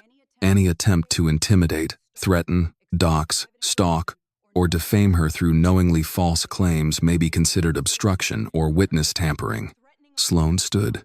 Your Honor, defamation is a civil matter. Judge Hernandez's eyes cut toward him. Threatening a witness is not. Sit down. He sat. The judge then looked directly at Preston. Mr. Caldwell, you are not charged in this proceeding today, but I strongly advise you and anyone acting on your behalf to stop treating the public as a dumping ground for theories you are unwilling to support under oath. Preston's face tightened. Maya saw the hatred again, but now it had something else inside it. Fear. The hearing adjourned 20 minutes later, but no one moved quickly. Reporters were already gathering outside the courtroom doors. Denise told Maya to wait while security cleared a path. Jonathan stood beside her, silent for a moment. Then he said, "What you said in there mattered." Maya looked straight ahead. "I said what happened. That's why it mattered." Before she could respond, an older man in a Marine Corps cap approached slowly from the gallery. Security moved to stop him, but Maya raised a hand. He stopped a respectful distance away. His face was lined, his eyes wet. "Ma'am," he said, "I'm Harold Jenkins. Served in '68. Maya nodded. "Good to meet you, sir." He swallowed. People who never had to act under pressure always think they would have done it cleaner. Don't let them put their cowardice on your courage. Maya felt those words more than she expected. "Thank you," she said softly. Harold nodded once and turned away before emotion could embarrass either of them. Outside the courtroom, the doors opened. The hallway erupted. "Maya, did the FBI clear you?" "Mr. Caldwell, did you finance the robbery?" "Preston, are you under investigation?" Preston pushed through with his attorney, refusing to answer. But the questions followed him like thrown stones. For the first time, the cameras were not chasing Maya first. They were chasing him. Maya watched as his polished confidence began to crack under public light. Denise leaned close. "Remember this feeling, but don't trust it too much. A cornered man is dangerous." Maya nodded. At the far end of the hallway, Detective Porter stood beside Agent Bell. Porter lifted her phone slightly, signaling she had news. Maya walked toward her with Jonathan and Denise close behind. Porter did not waste words. "We traced the threat messages." Maya's pulse slowed rather than quickened. "To who?" "Burner phone purchased in Indiana. But the device pinged last night near your apartment, then near Caldwell's private club this morning." Jonathan's face darkened. "That's enough to pick him up?" "Not yet," Agent Bell said. "But we also got a partial plate from the gray SUV following your security car. Vehicle is registered to a private firm owned by Victor Sloan's cousin." Denise exhaled. "They're still watching her." Porter nodded. which means they are scared enough to keep making mistakes. Maya looked down the hallway where Preston had disappeared. For 2 days, he had turned her name into a question. Now his own name was becoming one. As they moved toward the secure exit, Maya passed a courthouse window and saw her reflection in the glass. Dark coat, bandaged hand, straight back, tired eyes. Not a sales clerk, not a suspect, not a symbol, a witness, a survivor, a soldier who had tried to come home to peace and found that peace sometimes had to be defended in courtrooms as much as in shattered rooms full of smoke. Her phone buzzed once. Everyone near her stopped. Maya looked at the screen. Unknown number. This time, the message was only 5 words. You should have stayed quiet. Maya stared at it, then turned the screen toward Detective Porter. Porter's mouth hardened. Forward it to me. Maya did. Then she looked at Denise. You said soldiers need witnesses. Denise nodded. Maya put the phone away. Then, let's make sure everyone sees. By the time Maya stepped out of the courthouse through the secure side exit, the message had already reached Detective Porter, Agent Bell, Denise Holloway, Jonathan Whitmore, and the federal cyber unit working the case. You should have stayed quiet. 5 words, small enough to fit on a phone screen, heavy enough to change the rhythm of the day. Maya sat in the back of Jonathan's security vehicle while the city moved around her in gray winter light. Outside, people hurried across the sidewalks with coffee cups, briefcases, grocery bags, and lunch containers. Life continued in the ordinary American way, stubborn and unaware. A bus sighed at the curb. A man in a work jacket helped an older woman step over a patch of dirty ice. A flag snapped above the courthouse entrance. Somewhere, a church bell marked the hour. Inside the car, nobody spoke for 3 blocks. Denise sat beside Maya, reviewing notes on a yellow legal pad. Jonathan sat in the front passenger seat this time, against security's advice, because he said he was tired of letting other people stand between him and consequences. His driver, Carl, kept both hands on the wheel and his eyes moving. Maya looked down at her bandaged hand. Say it, Denise said, without looking up. Maya turned slightly. Say what? What you're holding in.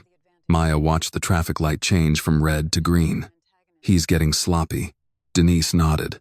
That's one way to put it. He wanted me quiet. Now he wants me scared. Those are different goals. Jonathan looked back from the front seat. What does that mean? It means the plan is changing, Maya said. At first, Preston wanted control. Now he wants damage. Carl glanced into the mirror. That makes him more dangerous. Yes, Maya said. But also, easier to read. Denise finally looked up. Good, because this afternoon we stop reacting. The security car turned into the underground garage beneath Whitmore and Vale's temporary corporate office. The main store remained sealed for evidence and repairs, so Jonathan had moved operations into the upper floors of the building next door. It was quieter there. Carpeted halls, framed design sketches, old photographs of jewelers at work, and glass cases holding less valuable pieces from the company archive. When they entered the conference room, Daniel Reeves was already waiting with a laptop open. Detective Porter and Agent Bell joined by video, their faces split across the screen. The mood in the room had changed since morning. There was still tension, but now it had direction. Daniel began. We received formal notice that Preston Caldwell intends to sue Mr. Whitmore for defamation and business interference. Jonathan gave a humorless laugh. Of course he does, Daniel continued. He also claims Miss Williams' statement in court contributed to reputational harm. Maya sat down. I said, he tried to frame me. You said the evidence showed an attempt to frame you. That matters. Denise tapped the table. His lawsuit is not about winning. It's about intimidation. He wants discovery. He wants your records. He wants to make defending yourself expensive and exhausting, Jonathan said. Then we countersue. Denise held up one hand. We do, but carefully. We don't make noise just to feel strong. Agent Bell spoke from the screen. We have movement on the money trail. Victor Sloan's cousin owns the gray SUV. That cousin also received a wire transfer from a Caldwell-linked consulting account 2 days before the robbery. Detective Porter added, And we found traffic camera footage of that SUV near Maya's apartment last night. Jonathan's hand curled into a fist on the table. He sent people to her home. Someone connected to the operation did, Porter said. We still need the evidentiary bridge. Maya leaned forward. What about the threat messages? Burner phone, Agent Bell said. But the timing helps. It pinged near your route, then near Caldwell's private club, then went dark. Denise looked at Maya. This is why we make him step into the light. Daniel turned the laptop toward the group. On the screen was a draft civil complaint. The title read, Maya, William, and Jonathan Whitmore, v. Preston Caldwell, Caldwell Capital Holdings, and unknown co-conspirators. Maya reads silently. Defamation. Intentional infliction of emotional distress. Witness intimidation. Civil conspiracy. Racial harassment. Attempted framing.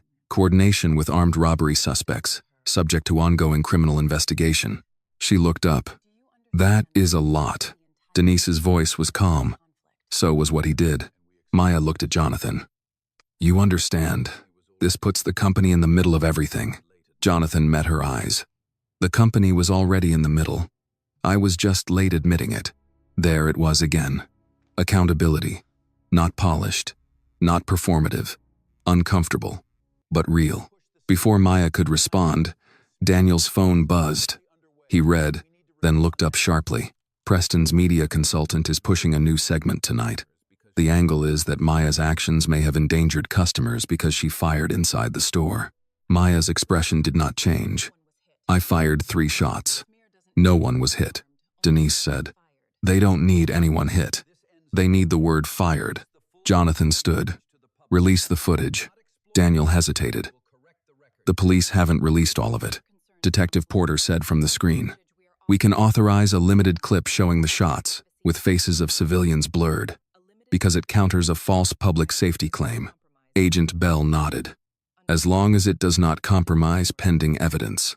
Denise looked at Maya. Your call. Maya felt the room turn toward her. She thought of the first edited video. Preston's hand, nudging the ring box.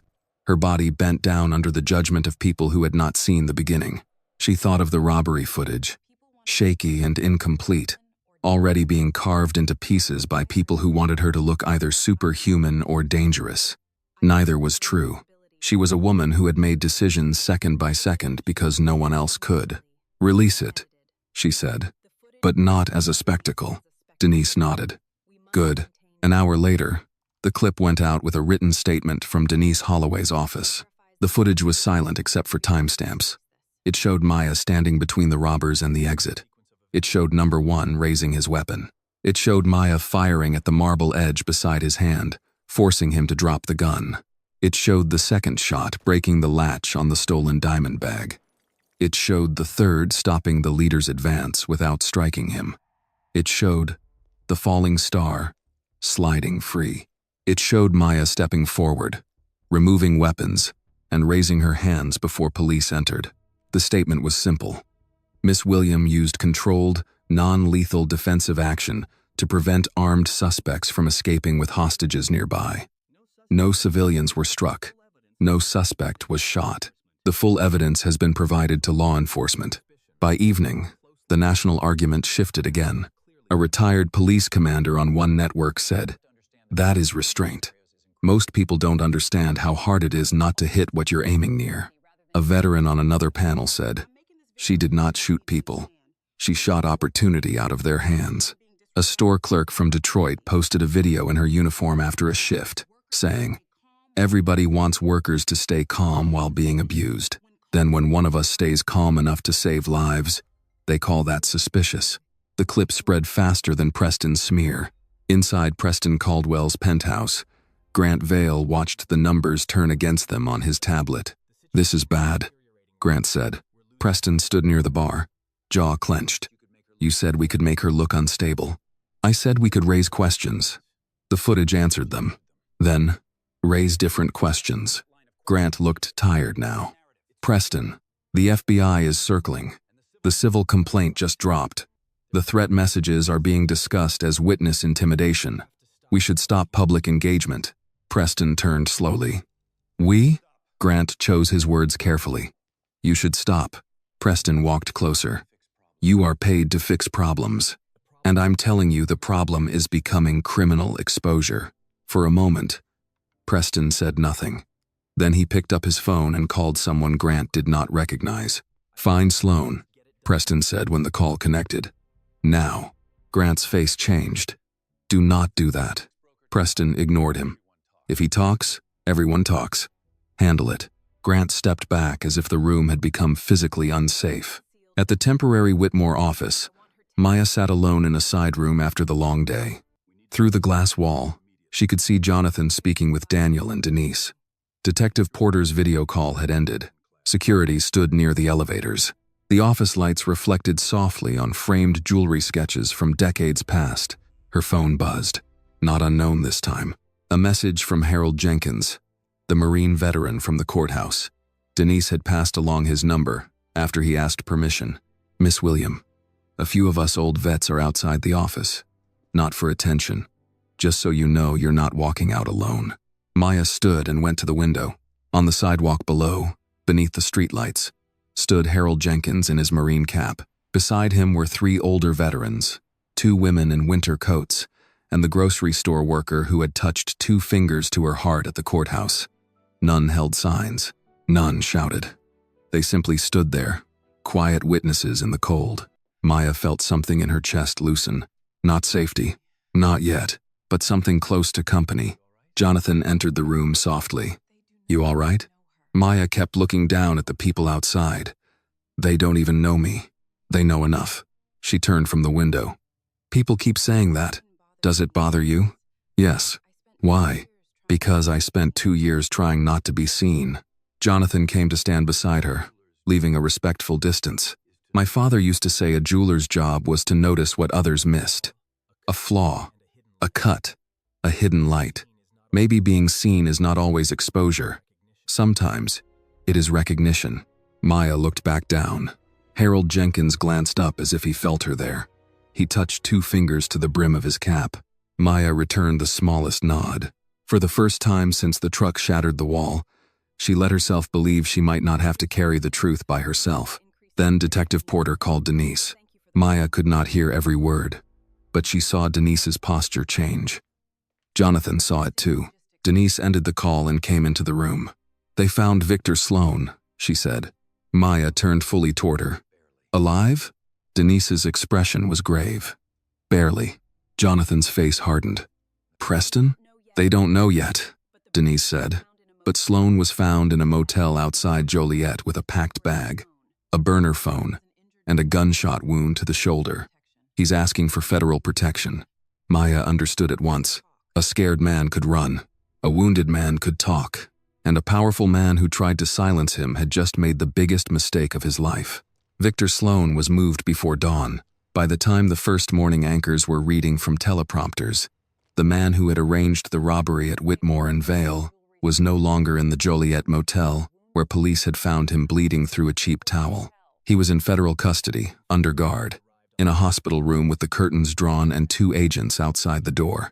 Maya William learned the details in Jonathan Whitmore's temporary conference room, where the coffee had gone cold and nobody had slept enough to hide it.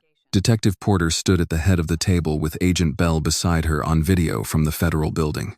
Denise Holloway sat next to Maya, legal pad open, pen still. Jonathan stood near the window, staring out at the street where the small group of quiet supporters had returned with paper cups and winter coats. Agent Bell's voice came through the speaker. Sloan is alive, conscious, and talking. Jonathan turned from the window. Who shot him? He says a man he knows only as Rusk. Hired muscle. Sloan claims Rusk came to the motel to move him, not kill him. But when Sloan refused to leave without payment and protection, things went bad. Denise's eyes narrowed. Move him where? Out of state first, then possibly out of the country, Maya said. That means someone knew he was going to talk. Agent Bell looked directly at the camera. Yes. Jonathan's voice dropped. Preston. Detective Porter did not confirm it, but she did not deny it either. Sloan says Caldwell was never supposed to be exposed. He says the robbery was designed as pressure, not just theft. The plan was to scare Mr. Whitmore into cooperating with the laundering network, steal the falling star if possible, and if the police arrived too fast, create confusion around an inside employee. Maya's hands remained folded. Denise looked at her. Breathe. I am. Deeper. Maya took a slow breath through her nose. Denise was not wrong. Control could become its own cage if the body never received permission to release. Agent Bell continued. Sloan says Preston personally approved using Miss William as the fallback narrative after the bracelet video went viral. Jonathan closed his eyes. Maya did not. She wanted to hear every word. Say it plainly, she said. Agent Bell paused, then did.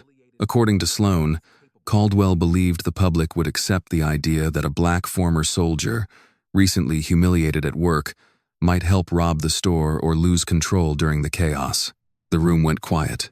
There were many ways to harm a person. A fist was only the simplest. Preston had reached for something older and uglier. He had counted on America's suspicion to finish the job his men could not. Jonathan turned away from the window. His face had gone pale with anger. He selected her because he thought people would believe the worst. Denise said, "Yes." Maya looked down at the table, at the clean reflection of the overhead lights on the polished surface. "No," she said softly. "He selected me because he knew some people wanted to believe the worst." No one answered. They all knew she was right. Detective Porter slid a folder across the table. "Sloan also gave us the location of a storage unit in Hammond. We executed the warrant at 5 this morning. Found copies of the store floor plan, photos of the east wall, security schedules, and a printed still from the edited bracelet video." Maya opened the folder. There she was, frozen in a moment Preston had manufactured, bent at the counter, white gloves visible, face tense, a red circle drawn around her. Under the image, someone had written, "Inside angle possible." For the first time, her hand shook in front of everyone. Jonathan saw it.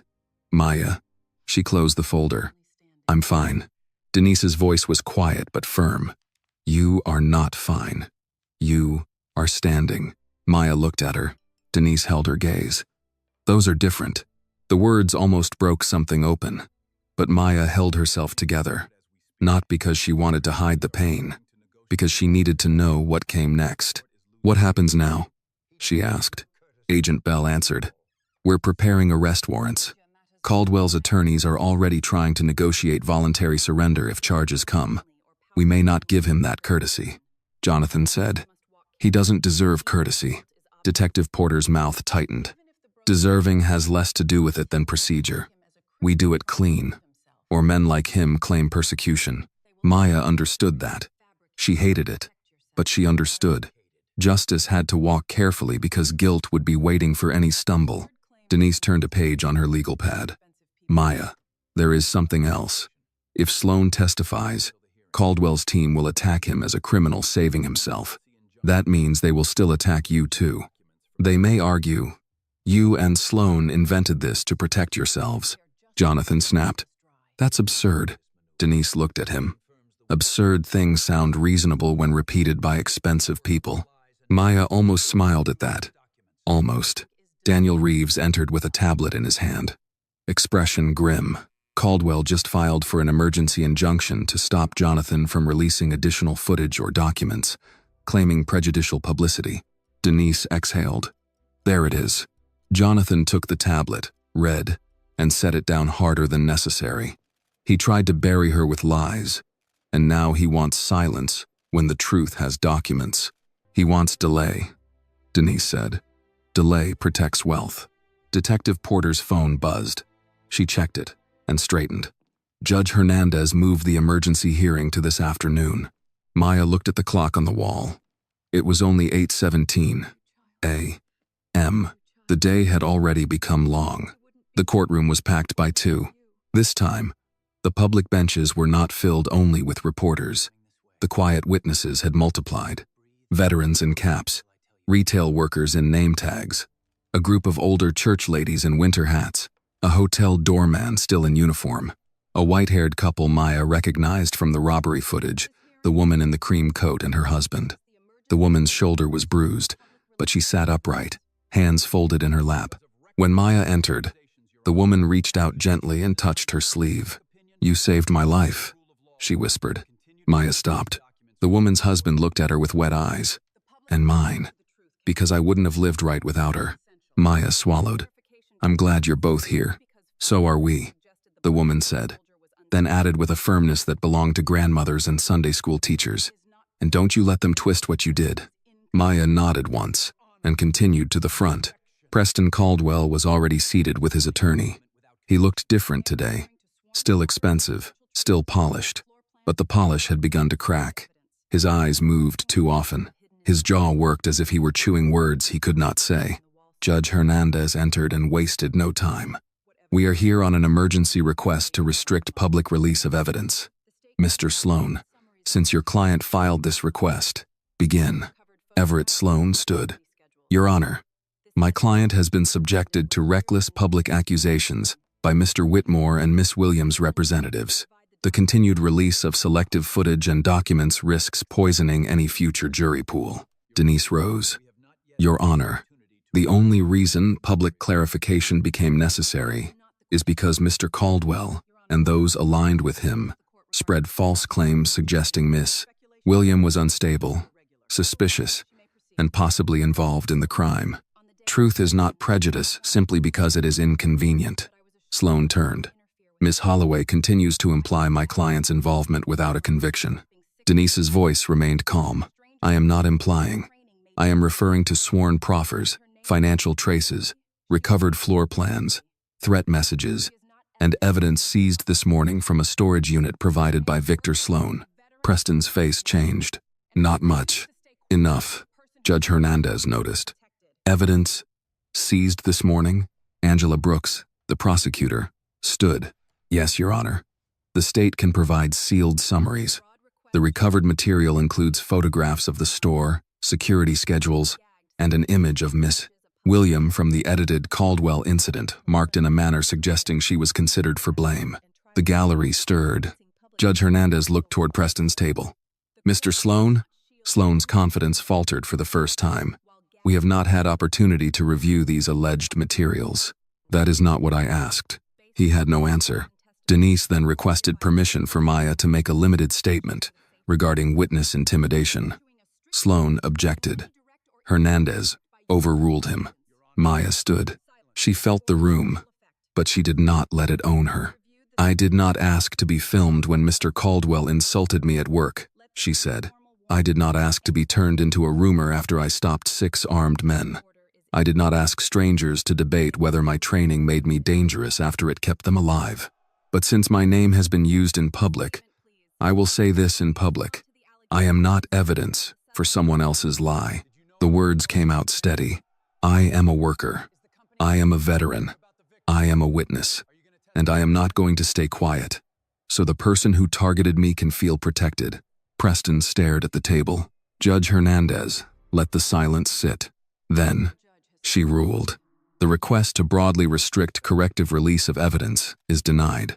Evidence must remain subject to law enforcement protections, privacy redactions, and trial rules.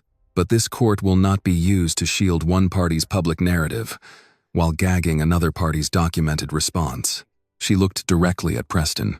"Furthermore, based on new information presented, this court expands the protective order around Miss William. Any contact, direct or indirect, by Mr. Caldwell or his agents is prohibited." Preston's attorney stood. "Your Honor, I am not finished," Judge Hernandez said. "Given the threat messages and surveillance concerns, any violation will be treated with utmost seriousness." The gavel came down. Outside the courtroom, the reporters surged again, but this time Maya did not feel the same cold pressure in her chest. Denise walked beside her. Jonathan followed close. Detective Porter waited near the hallway with Agent Bell. Porter's phone rang. She listened. Then her expression shifted into something Maya recognized immediately. "Action." Porter ended the call and looked at them. Federal judge signed the warrant. Jonathan's voice was low. "For Preston?" Agent Bell nodded. "For Preston Caldwell."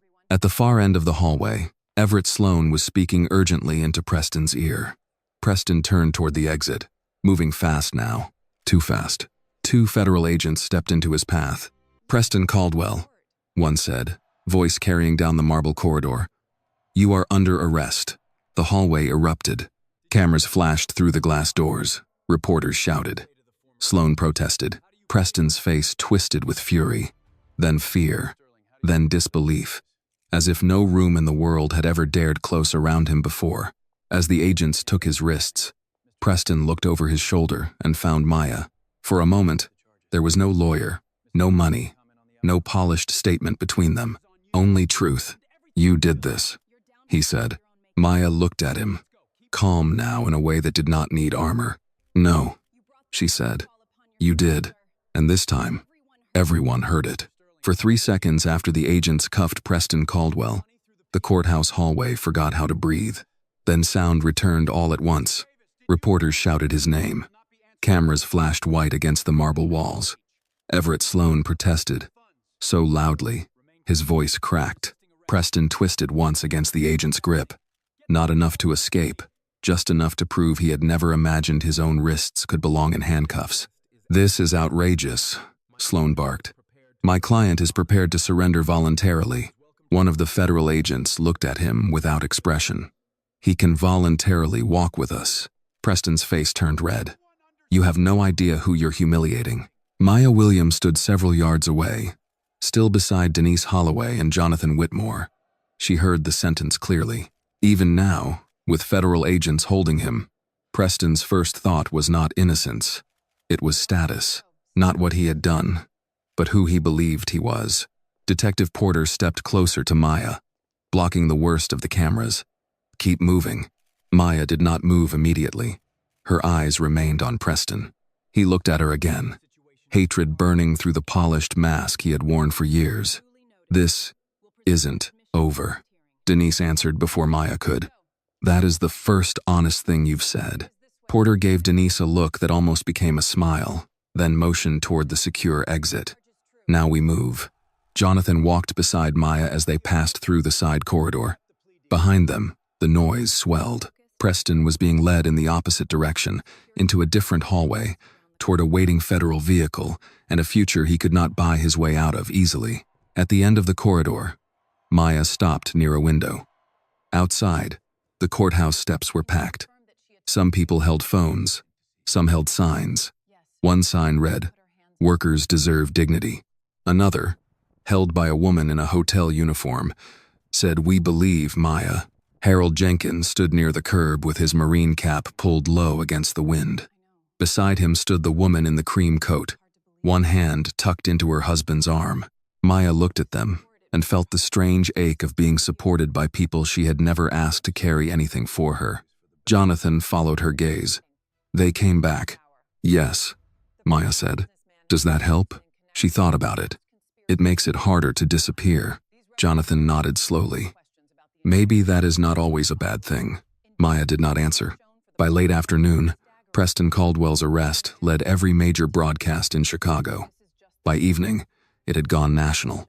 The same channels that had questioned Maya's unexplained conduct now displayed Preston's mugshot beside words like conspiracy, laundering network, attempted framing, and armed robbery plot. His old statement about concern for serious questions was replayed with new contempt. Reporters who had once leaned toward suspicion now leaned toward outrage. But Maya knew better than to mistake a change in tone for justice. Justice was not a headline. It was evidence. It was procedure. It was the long, grinding work of making truth survive contact with money. That night, Denise gathered Maya, Jonathan, Daniel Reeves, Detective Porter, and Agent Bell on a secure video call. Maya sat at her kitchen table with a fresh cup of tea cooling beside her.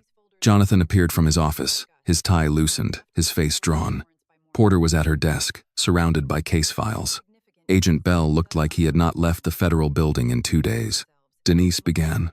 "Preston's arrest is important, but it is not the end.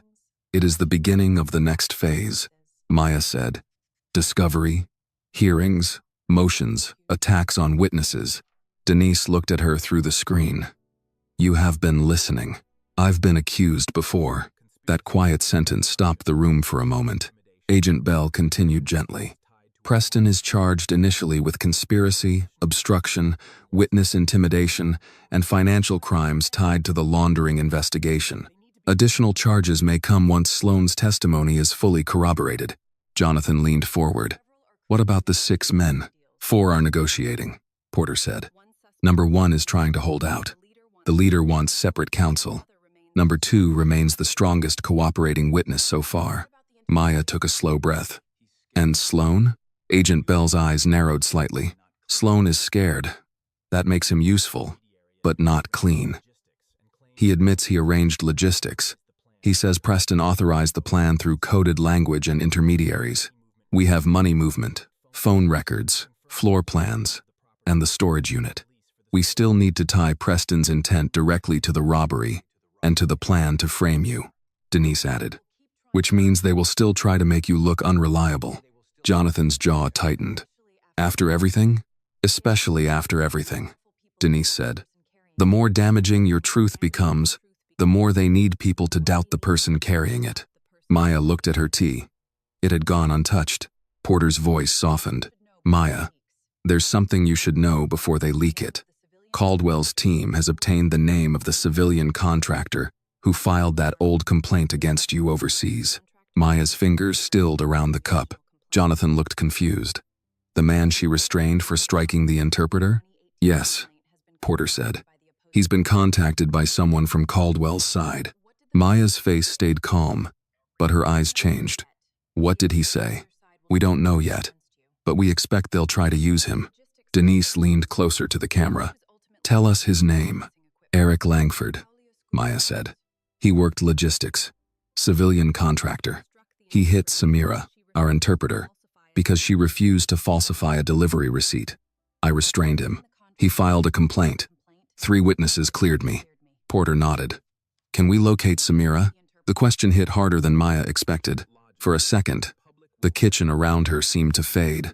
She saw dust, a blue scarf, a young woman with fierce eyes standing outside a rebuilt school, insisting that stolen supplies were stolen supplies, no matter whose signature a contractor wanted. Maya swallowed. I don't know. We lost contact after my unit rotated out. Agent Bell said, we can try through State Department channels, military records, refugee networks if needed. Maya looked up. If she is safe, I don't want this dragging danger to her. Denise's expression softened. Then, we ask carefully. We do not expose her without consent. That mattered. Consent. A word so often missing when powerful people started using lives as tools. After the call ended, Maya remained at the table for a long time. Her apartment was quiet again. But this quiet felt different from the quiet she had wanted before. Back then, quiet had meant hiding from the past. Now, it meant listening for what came next. She opened her wooden military box and took out the photograph of Samira.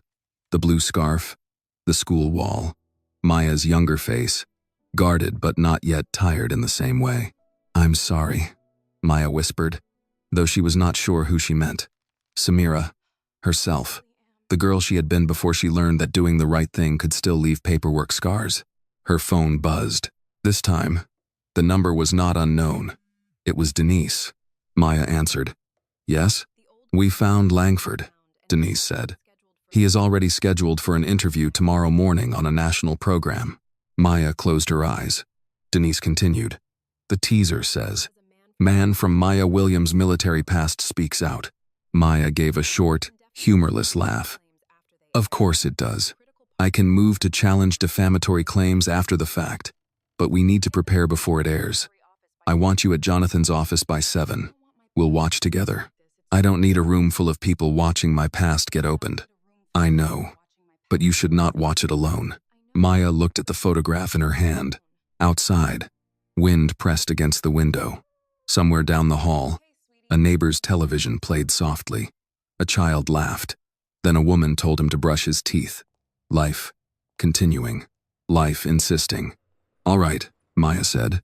The next morning, she arrived at the temporary office before sunrise. Jonathan was already there, wearing a dark sweater instead of a suit jacket. 2 cups of coffee waiting on the table. Denise arrived with files. Daniel came in behind her. Detective Porter joined by video. No one made small talk. At 7:05, the national program began. Eric Langford appeared on screen, older, heavier, wearing a neat shirt and an expression carefully arranged into wounded seriousness. The host leaned toward him with sympathetic concern. "Mr. Langford, you served as a civilian contractor overseas when Maya William was in the Army. You filed a complaint against her. What happened?" Langford sighed. "Maya had a temper. People don't want to say that now because she's the hero of the week. But I saw another side of her."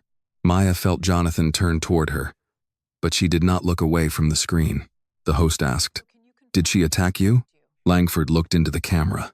"She put hands on me. Violently. I always felt the Army protected her, because she was one of their own."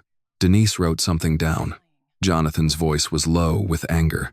"He's lying," Maya said quietly. "Not completely." Everyone looked at her. "I did put hands on him," she said, "after he hit Samira." On screen, the host asked, "Do you believe her actions in the jewelry store fit a pattern?" Langford lowered his eyes with theatrical regret. "I believe people trained for violence can hide it for a while, but sooner or later, it comes out." The segment cut to robbery footage of Maya moving through smoke. The implication was clear. Maya stood. Denise said, "Maya, I need a minute." She walked to the window, keeping her breathing even. Below, the quiet witnesses had returned again. Fewer today, but still there. Harold Jenkins, the grocery worker, a young man in a delivery jacket. People with ordinary jobs and extraordinary patience. Behind her, Detective Porter's voice came through the speaker, sharper than before. "We found Samira." Maya turned. Porter looked directly at her through the screen. "She's alive. She lives in Michigan now, and she already saw the segment." Maya could not speak. Porter's expression softened. "She wants to make a statement." The first meeting about the new foundation happened in the original Whitmore and Vale showroom, not the temporary office. Maya William arrived before anyone else. The eastern wall had been repaired. New reinforced glass stood where the truck had crashed through, so clear in the morning light that it almost looked like nothing had ever happened. The marble had been polished.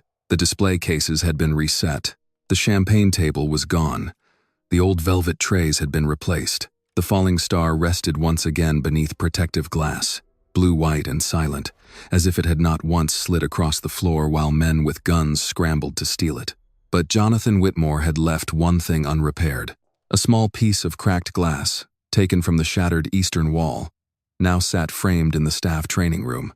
Beneath it, engraved on a silver plate, were the words Maya had approved after 3 rejected drafts. "Preparedness is not violence. Dignity is not arrogance. Courage is not noise." Maya stood in front of the frame for a long time. Her left hand had healed, leaving only a pale line across the skin. She wore a dark suit now, not the fitted vest uniform of a sales clerk, though she still carried herself with the same quiet discipline. Hair neat, shoes polished, shoulders straight, eyes moving, always noticing. She had not stopped being herself. She had only stopped apologizing for what that meant. Behind her, Jonathan entered slowly, leaning less on the cane doctors had insisted he use after weeks of stress and injury. He had aged since the robbery, but in a cleaner way, like a man who had finally stopped pretending that money could protect him from moral debts. "You beat me here," he said. "I usually do." He smiled. "Yes, I've noticed." Maya turned toward him. "Are you ready for this?" Jonathan looked through the open door toward the showroom. Employees were beginning to arrive. Sales associates, security staff, jewelers, cleaners, receptionists, inventory clerks, people who had spent years keeping luxury beautiful while trying not to be seen by those who bought it. "No," he said honestly, "but I'm ready to stop being late." That answer mattered to her. By 9 o'clock, the entire staff had gathered in the training room. Eleanor Pierce was not among them. Her name had disappeared from the company directory the week after the detention hearing. Jonathan had not made a spectacle of it. He had simply told the staff that failing to protect people was not a management style. It was a failure of duty. Maya stood at the front beside Jonathan and Denise Holloway. A few faces looked nervous. Some looked ashamed. Others looked hopeful in the cautious way workers looked when a company promised change and they had lived long enough to know promises were cheaper than rent. Jonathan stepped forward first. My father started this business with 2 cases, 1 workbench and a bell over the door, he said. He believed every person who crossed that threshold mattered, whether they bought a diamond or only came in to ask if a watch could be repaired. Somewhere along the way, we became very good at protecting stones, and not good enough at protecting people. No one moved. Jonathan continued. That ends today. He looked at Maya. She stepped forward. This is the William Protocol, she said. It is not a slogan. It is not public relations. It is how this company operates from now on. She explained it simply. Every report of harassment would be documented. No client, regardless of spending history, would be allowed to insult, threaten, touch, stalk, film, or intimidate staff. Racist remarks meant immediate removal and permanent review for banning. Employees could use a safe phrase at any counter to summon management and security. Cameras would protect workers, not just inventory. Security training would include threat recognition, de-escalation, emergency positioning, and preserving evidence. Most important, employees would no longer be punished for naming danger early. A young sales associate raised her hand. What if the client is someone important? Maya looked at her. Then, we document it carefully and remove them professionally. A low murmur moved through the room. The young woman pressed further. What if they threatened to take their business somewhere else? Jonathan answered before Maya could. Then we wish them a safe trip. A few people laughed, but the laughter carried relief. Maya said, service is not surrender. Courtesy does not require humiliation, and professionalism does not mean pretending abuse is acceptable. In the back, an older cleaner named Mrs. Alvarez wiped her eyes with the corner of her sleeve. She had worked nights at Whitmore and Vale for 11 years. Maya had seen her empty trash cans after midnight, while VIP clients' champagne glasses still sat on tables. Their eyes met, and Mrs. Alvarez nodded once. That nod was worth more to Maya than any headline. 6 weeks later, the first weekend safety class opened in a community center on the south side. Maya had expected 20 people. 73 came. Retail workers, hotel clerks, restaurant servers, nurses' aides, cashiers, security guards, widows, veterans, college students, grandmothers with stiff knees and bright eyes. Mrs. Alberta King arrived with 3 co-workers from her grocery store. Harold Jenkins came in his Marine cap and insisted he was only there to observe, then corrected a young man's stance before the class even started. Samira drove down from Michigan with her husband and 2 boys, who did ask about pancakes within 5 minutes. The woman in the cream coat came too. Her name was Margaret Ellis. She brought homemade banana bread wrapped in foil and said, "No meeting worth attending should start hungry." Maya stood on the gym floor and looked at them all. For a moment, she felt the old urge to step back, to become smaller, to let someone else speak. Then Samira's youngest son waved at her from the front row. "Auntie Maya, are we learning superhero stuff?" The room laughed. Maya shook her head. "No, we're learning human stuff." She taught them how to stand with balance, how to notice exits without living in fear, how to use a strong voice, how to document harassment, how to protect the person next to them without escalating danger, how to understand that fear was information, not instruction. When an older woman said, "I'm too old for this," Harold Jenkins snorted from the back. "Ma'am, I am 80. Your excuse has expired." Even Maya laughed then. The trial came months later, and it did not need the drama Preston once imagined he could control. Victor Sloan testified. Number 2 testified. Rusk testified, in exchange for a reduced sentence. Financial records spoke in numbers no expensive statement could soften. The storage unit photographs, the floor plans, the threat messages, the note from the locker, and the surveillance near Maya's apartment formed a chain strong enough to hold. Preston Caldwell was convicted on conspiracy, obstruction, witness intimidation, financial crimes, and charges tied to the robbery plot. When the verdict was read, he stared straight ahead, as if refusing expression could still make him powerful. Maya sat beside Denise and Jonathan. She felt no triumph, only a heavy release. Justice was not joy. Justice was breath returning to rooms that had held fear too long. Outside the courthouse, reporters asked how she felt. Maya looked at the cameras and thought of every worker who had swallowed humiliation because rent was due. Every veteran who had come home and tried to become ordinary. Every black woman told her anger was more dangerous than the harm done to her. "I feel ready to work," she said. A year after the truck crashed through the wall, Whitmore and Vale held a quiet ceremony before opening hours. No red carpet, no champagne, no staged luxury. Just staff, family, a few survivors, the investigating officers, Denise, Samira, Harold, Mrs.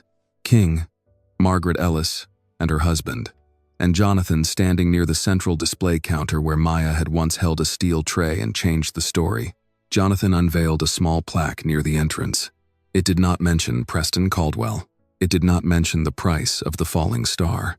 It read, "In honor of those who stand between harm and the innocent, and in recognition that the greatest value in any room is human dignity." Jonathan turned to Maya. "Would you like to say something?" Maya looked around the store. The new employees stood straighter now, not harder, not suspicious, just aware of their own worth. Mrs. Alvarez stood near the back in her best church coat. Harold leaned on his cane. Samira's boys tried very hard not to touch a display case. The morning light fell across the repaired glass and made it shine. Maya stepped forward. "I came here because I wanted a quiet life," she said. "I thought peace meant nothing bad happening. I was wrong. Peace is what we build so people can face bad things without standing alone." She paused, letting the words settle. "I am not grateful for what happened. I wish none of it had. I wish no one had been threatened. I wish no worker ever had to prove their dignity under pressure. But I am grateful for what came after. The witnesses, the truth, the people who stood close when standing close cost something." Her voice softened. "The world will always have people who think money can buy silence. Let them learn something from this store. Diamonds can be locked away. Truth cannot." No one clapped at first. Then Mrs. King did. Once, loud and proud. Harold joined. Then Margaret. Then Samira. Then the whole room filled with applause that did not feel like noise. It felt like recognition. Later, after everyone left and the store prepared to open, Maya stood behind the central counter one last time before beginning her day as Director of Security and Staff Dignity. The falling star rested under glass nearby, flawless and cold. She looked at it without resentment. Once, powerful men had believed it was the most valuable thing in the room. They had threatened, lied, paid, framed, and nearly killed for it. They had been wrong. Jonathan approached quietly. "Ready?" Maya looked through the front doors as the first customers of the morning stepped inside. An elderly couple entered holding hands. A young man followed, nervous, probably there to buy an engagement ring he had saved for months to afford. Mrs. Alvarez greeted them with a smile. Maya straightened her jacket. "Always," she said, and this time, the word did not sound like war. It sounded like peace, prepared to defend itself. The lesson of Maya Williams' story is that true courage is not loud, reckless, or born from anger. It is quiet discipline in the face of fear. Maya teaches us that no person should ever be judged by their job title, skin color, silence, or the place they stand in a room. The person others overlook may be the one with the greatest strength, the clearest mind, and the deepest sense of duty. Her journey reminds us that dignity is worth defending. Truth must be protected, and justice only becomes real when good people refuse to look away. Thank you for staying with this story until the very end. If it touched your heart, I would truly love to hear your thoughts on the storytelling, the emotional pacing, or whatever stayed with you after listening. Every comment you share helps make the next stories more honest, moving, and meaningful. And if you have a powerful or meaningful story of your own, please do not hesitate to send it to the channel. It may become the next story to touch and inspire thousands of others. This video is a work of fiction created with the assistance of artificial intelligence. All characters, events, and situations are not real and do not represent any actual people or true stories. The content is intended for storytelling and emotional illustration only.